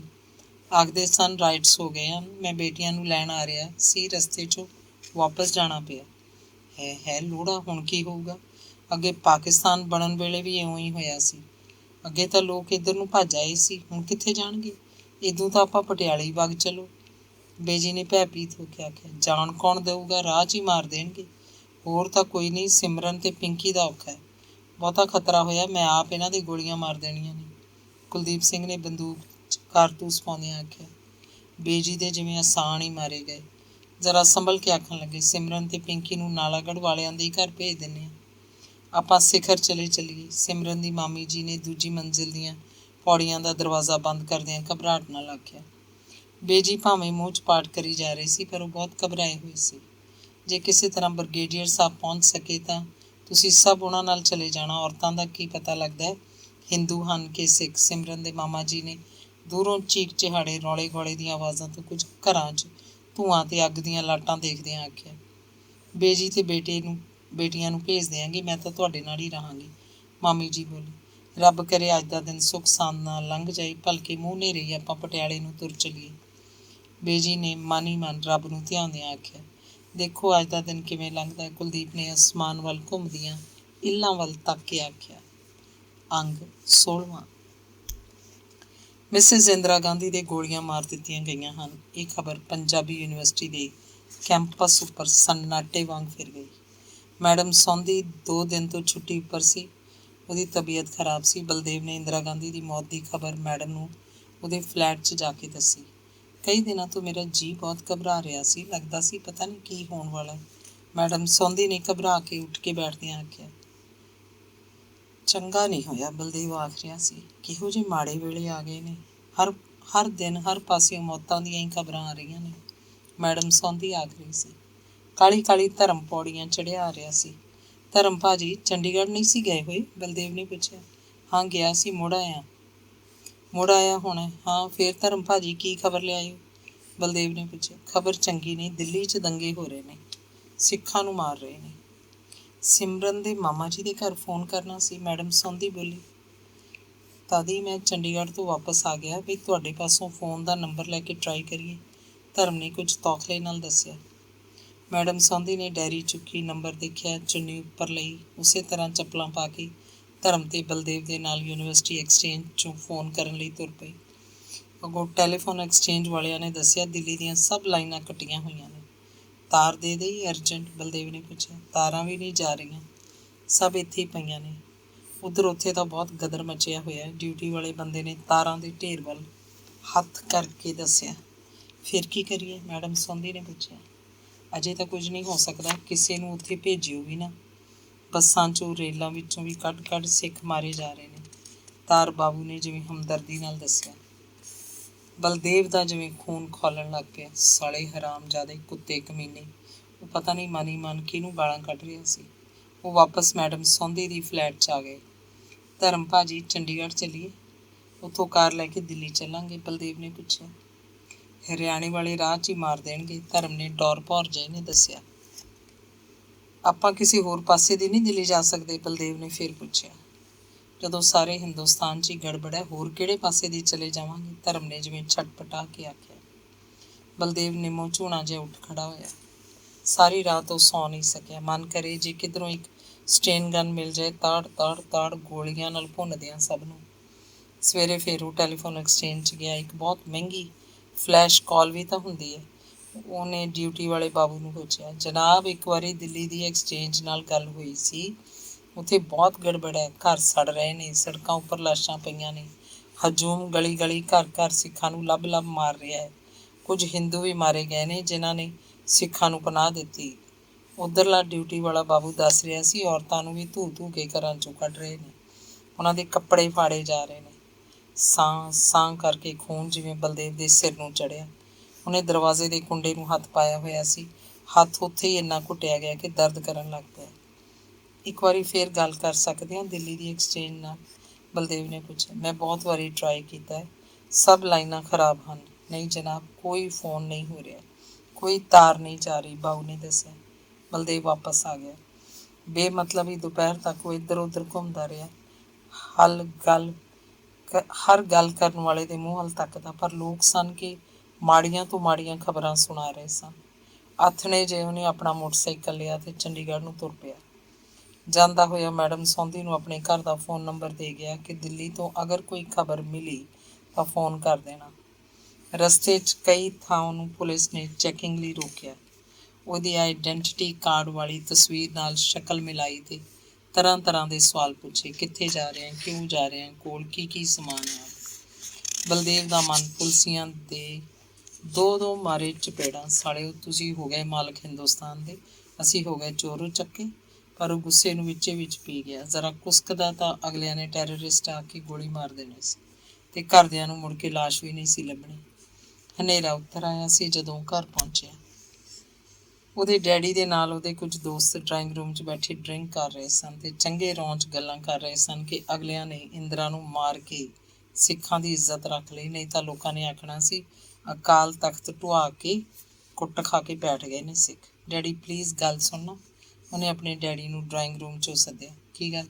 ਪੈਸੇ ਚਾਹੀਦੇ ਨੇ। ਡੈਡੀ ਨੇ ਉਹਨੂੰ ਘਬਰਾਇਆ ਜਿਹਾ ਦੇਖ ਕੇ ਪੁੱਛਿਆ। ਕਿਸੇ ਨੂੰ ਦਿੱਲੀ ਭੇਜ ਸਕਦੇ ਹੋ? ਕਿਸੇ ਦੋਸਤ ਦੇ ਘਰਦਿਆਂ ਦਾ ਪਤਾ ਮੰਗਵਾਉਣਾ ਹੈ। ਬਲਦੇਵ ਨੇ ਗੱਲ ਜ਼ਰਾ ਕੁ ਬਦਲ ਕੇ ਆਖੀ। ਹੈ ਕਮਲਾ, ਦਿੱਲੀ ਜਾ ਕੇ ਮਰਨਾ ਕਿਸੇ ਨੇ? ਕਿਸੇ ਹਿੰਦੂ ਨੂੰ ਨਹੀਂ ਭੇਜ ਸਕਦੇ? ਬਲਦੇਵ ਨੇ ਤਰਲੇ ਵਾਂਗ ਪੁੱਛਿਆ। ਜੇ ਇੰਨੀ ਗੱਲ ਹੈ, ਕੱਲ ਦਫ਼ਤਰ 'ਚੋਂ ਕਿਸੇ ਬੰਦੇ ਦਾ ਪਤਾ ਕਰ ਲਾਂਗੇ, ਆਖ ਬਲਦੇਵ ਦਾ ਡੈਡੀ ਮੁੜ ਅੰਦਰ ਚਲਾ ਗਿਆ। ਅੰਦਰ ਬੈਠੇ ਲੋਕ ਫਿਰ ਉਸੇ ਤਰ੍ਹਾਂ ਹੱਸ-ਹੱਸ ਗੱਲਾਂ ਕਰ ਰਹੇ ਸੀ। ਬਲਦੇਵ ਡੈਡੀ ਡਰਾਈਵਰ ਦੇ ਕਮਰੇ 'ਚ ਗਿਆ। ਕਿੰਨਾ ਹੀ ਚਿਰ ਉਸ ਨਾਲ ਪਤਾ ਨਹੀਂ ਕੀ ਗੱਲਾਂ ਕਰਦਾ ਰਿਹਾ। ਵਾਪਸ ਆ ਕੇ ਉਹਨੇ ਆਪਣੀ ਬੀਬੀ ਤੋਂ ਤਰਲੇ ਨਾਲ 5000 ਰੁਪਏ ਮੰਗਿਆ। ਨਾਲ ਹੀ ਆਖਿਆ ਉਹ ਡੈਡੀ ਨੂੰ ਨਾ ਦੱਸੇ। ਮੈਂ ਬੀਬੀ ਵਾਅਦਾ ਕਰਦਾ ਆਪਣੇ ਸਕਾਲਰਸ਼ਿਪ 'ਚੋਂ ਬਚਾ ਕੇ ਮੋੜ ਦਿਆਂਗਾ। ਬਲਦੇਵ ਨੇ ਬਹੁਤ ਵਿਚਾਰਿਆਂ ਵਾਂਗ ਆਖਿਆ। ਬੀਬੀ ਉਹਦੀ ਸਮਝ ਗਈ ਕਿ ਪੈਸੇ ਬਲਦੇਵ ਨੂੰ ਜ਼ਰੂਰ ਹੀ ਕਿਸੇ ਜ਼ਰੂਰੀ ਕੰਮ ਲਈ ਚਾਹੀਦੇ ਹੋਣਗੇ, ਨਹੀਂ ਤਾਂ ਉਹ ਪੈਸੇ ਕਦੇ ਐਡੇ ਤਰਲੇ ਨਾਲ ਨਹੀਂ ਮੰਗਦਾ ਹੁੰਦਾ। ਹੁਣ ਰੋਟੀ ਖਾ ਲੈ। ਕਈ ਥਾਵਾਂ ਤੋਂ ਫਰੋਲ ਕੇ ਪੈਸੇ ਇਕੱਠੇ ਕਰਕੇ ਬਲਦੇਵ ਨੂੰ ਦਿੰਦਿਆਂ ਉਹਦੀ ਬੀਬੀ ਨੇ ਆਖਿਆ, ਬੀਬੀ ਥੈਂਕ ਯੂ ਵੈਰੀ ਮੱਚ। ਇੱਕ ਗੱਲ ਹੋਰ, ਗੱਡੀ ਲੈ ਜਾਵਾਂ? ਕੱਲ੍ਹ ਸ਼ਾਮ ਤੱਕ ਵਾਪਸ ਆ ਜਾਵਾਂਗੇ। ਜਾਣਾ ਕਿੱਥੇ ਹੈ ਇਸ ਵੇਲੇ? ਮੇਰੇ ਦੋਸਤ ਦੀ ਭੈਣ ਵਲੈਤ ਤੋਂ ਆ ਰਹੀ ਹੈ, ਉਹਨੂੰ ਲੈਣ ਜਾਣਾ ਹੈ ਦਿੱਲੀ। ਬਲਦੇਵ ਨੇ ਝੂਠ ਬੋਲਿਆ। ਸੱਚ ਬੋਲਦਾ ਤਾਂ ਉਹਦੀ ਬੀਬੀ ਨੇ ਜਾਣ ਨਹੀਂ ਸੀ ਦੇਣਾ। ਰਾਤ ਨੂੰ ਨਹੀਂ, ਸਵੇਰੇ ਸਦਿਆਂ ਚਲਾ ਜਾਈਂ, ਬੀਬੀ ਨੇ ਹੁਕਮ ਵਾਂਗ ਆਖਿਆ। ਉਹਨੂੰ ਦਿੱਲੀ ਦੇ ਦੰਗਿਆਂ ਦਾ ਸ਼ਾਇਦ ਪਤਾ ਨਹੀਂ ਸੀ। ਸਾਰੀ ਰਾਤ ਬਲਦੇਵ ਨੇ ਗਿਣਦਿਆਂ ਤਰਲੋ ਮੱਛੀ ਹੁੰਦਿਆਂ ਲੰਘਾਈ। ਅਗਲੀ ਸਵੇਰ ਉਹਦੇ ਡੈਡੀ ਅਜੇ ਸੁੱਤੇ ਹੀ ਸਨ ਕਿ ਉਹਨੇ ਡਰਾਈਵਰ ਨੂੰ ਜਗਾਇਆ। ਮਲਕ ਦੇ ਕੇ ਕਾਰ ਗੈਰੇਜ 'ਚੋਂ ਕੱਢੀ। ਪੈਟਰੋਲ ਪੰਪ ਉੱਪਰ ਜਾ ਕੇ ਟੈਂਕੀ ਪੈਟਰੋਲ ਨਾਲ ਭਰਵਾ ਲਈ। ਫਿਰ ਉਹ 22 ਸੈਕਟਰ ਆ ਗਏ। ਹੁਕਮ ਚੰਦ ਨੂੰ ਕਾਰ ਵਿੱਚ ਹੀ ਛੱਡ ਉਹਨੇ ਥੋੜ੍ਹੀ ਦੂਰ ਤੁਰ ਕੇ ਇੱਕ ਦੁਕਾਨ ਦਾ ਦਰਵਾਜ਼ਾ ਖੜਕਾਇਆ। ਦਰਵਾਜ਼ਾ ਖੁੱਲ੍ਹਿਆ। ਅੰਦਰ ਲੰਘ ਗਿਆ ਤੇ ਦਰਵਾਜ਼ਾ ਮੁੜ ਬੰਦ ਹੋ ਗਿਆ। 15-20 ਮਿੰਟਾਂ ਮਗਰੋਂ ਜਦੋਂ ਬਲਦੇਵ ਬਾਹਰ ਆਇਆ ਤਾਂ ਹੁਕਮ ਚੰਦ ਤੋਂ ਵੀ ਨਾ ਪਹਿਚਾਨਿਆ ਗਿਆ। ਉਹਨੇ ਵਾਲ ਕਟਵਾ ਦਿੱਤੇ ਹੋਏ ਸਨ। ਚੱਲ ਹੁਣ ਆਪਾਂ ਚੱਲੀਏ ਪਟਿਆਲੇ ਨੂੰ, ਨਹੀਂ ਸੱਚ ਦਿੱਲੀ ਨੂੰ, ਆਖੋ ਤਾਕੀ ਖੋਲ ਕੇ ਕਾਰ 'ਚ ਡਰਾਈਵਰ ਦੇ ਕੋਲ ਵਾਲੀ ਸੀਟ 'ਤੇ ਬੈਠ ਗਿਆ। ਹੁਕਮ ਚੰਦ ਨੇ ਦੇਖਿਆ ਬਲਦੇਵ ਆਪਣੇ ਡੈਡੀ ਵਾਲਾ ਪਿਸਟਲ ਵੀ ਲੈ ਆਇਆ ਸੀ, ਜਿਹੜਾ ਉਹਨੇ ਪਿਛਲੀ ਸੀਟ ਦੇ ਹੇਠਾਂ ਛੁਪਾਇਆ ਸੀ। ਉਹ ਦਿੱਲੀ ਨੂੰ ਚੱਲ ਪਏ। ਅੰਗ 17ਵਾਂ। ਚੰਡੀਗੜ੍ਹ ਤੋਂ ਦਿੱਲੀ ਪਹੁੰਚਣ ਨੂੰ ਉਹਨਾਂ ਨੂੰ ਪੂਰਾ ਦਿਨ ਲੱਗ ਗਿਆ। ਥਾਂ ਥਾਂ ਤਲਾਸ਼ੀ, ਥਾਂ ਥਾਂ ਪੁੱਛਗਿੱਛ।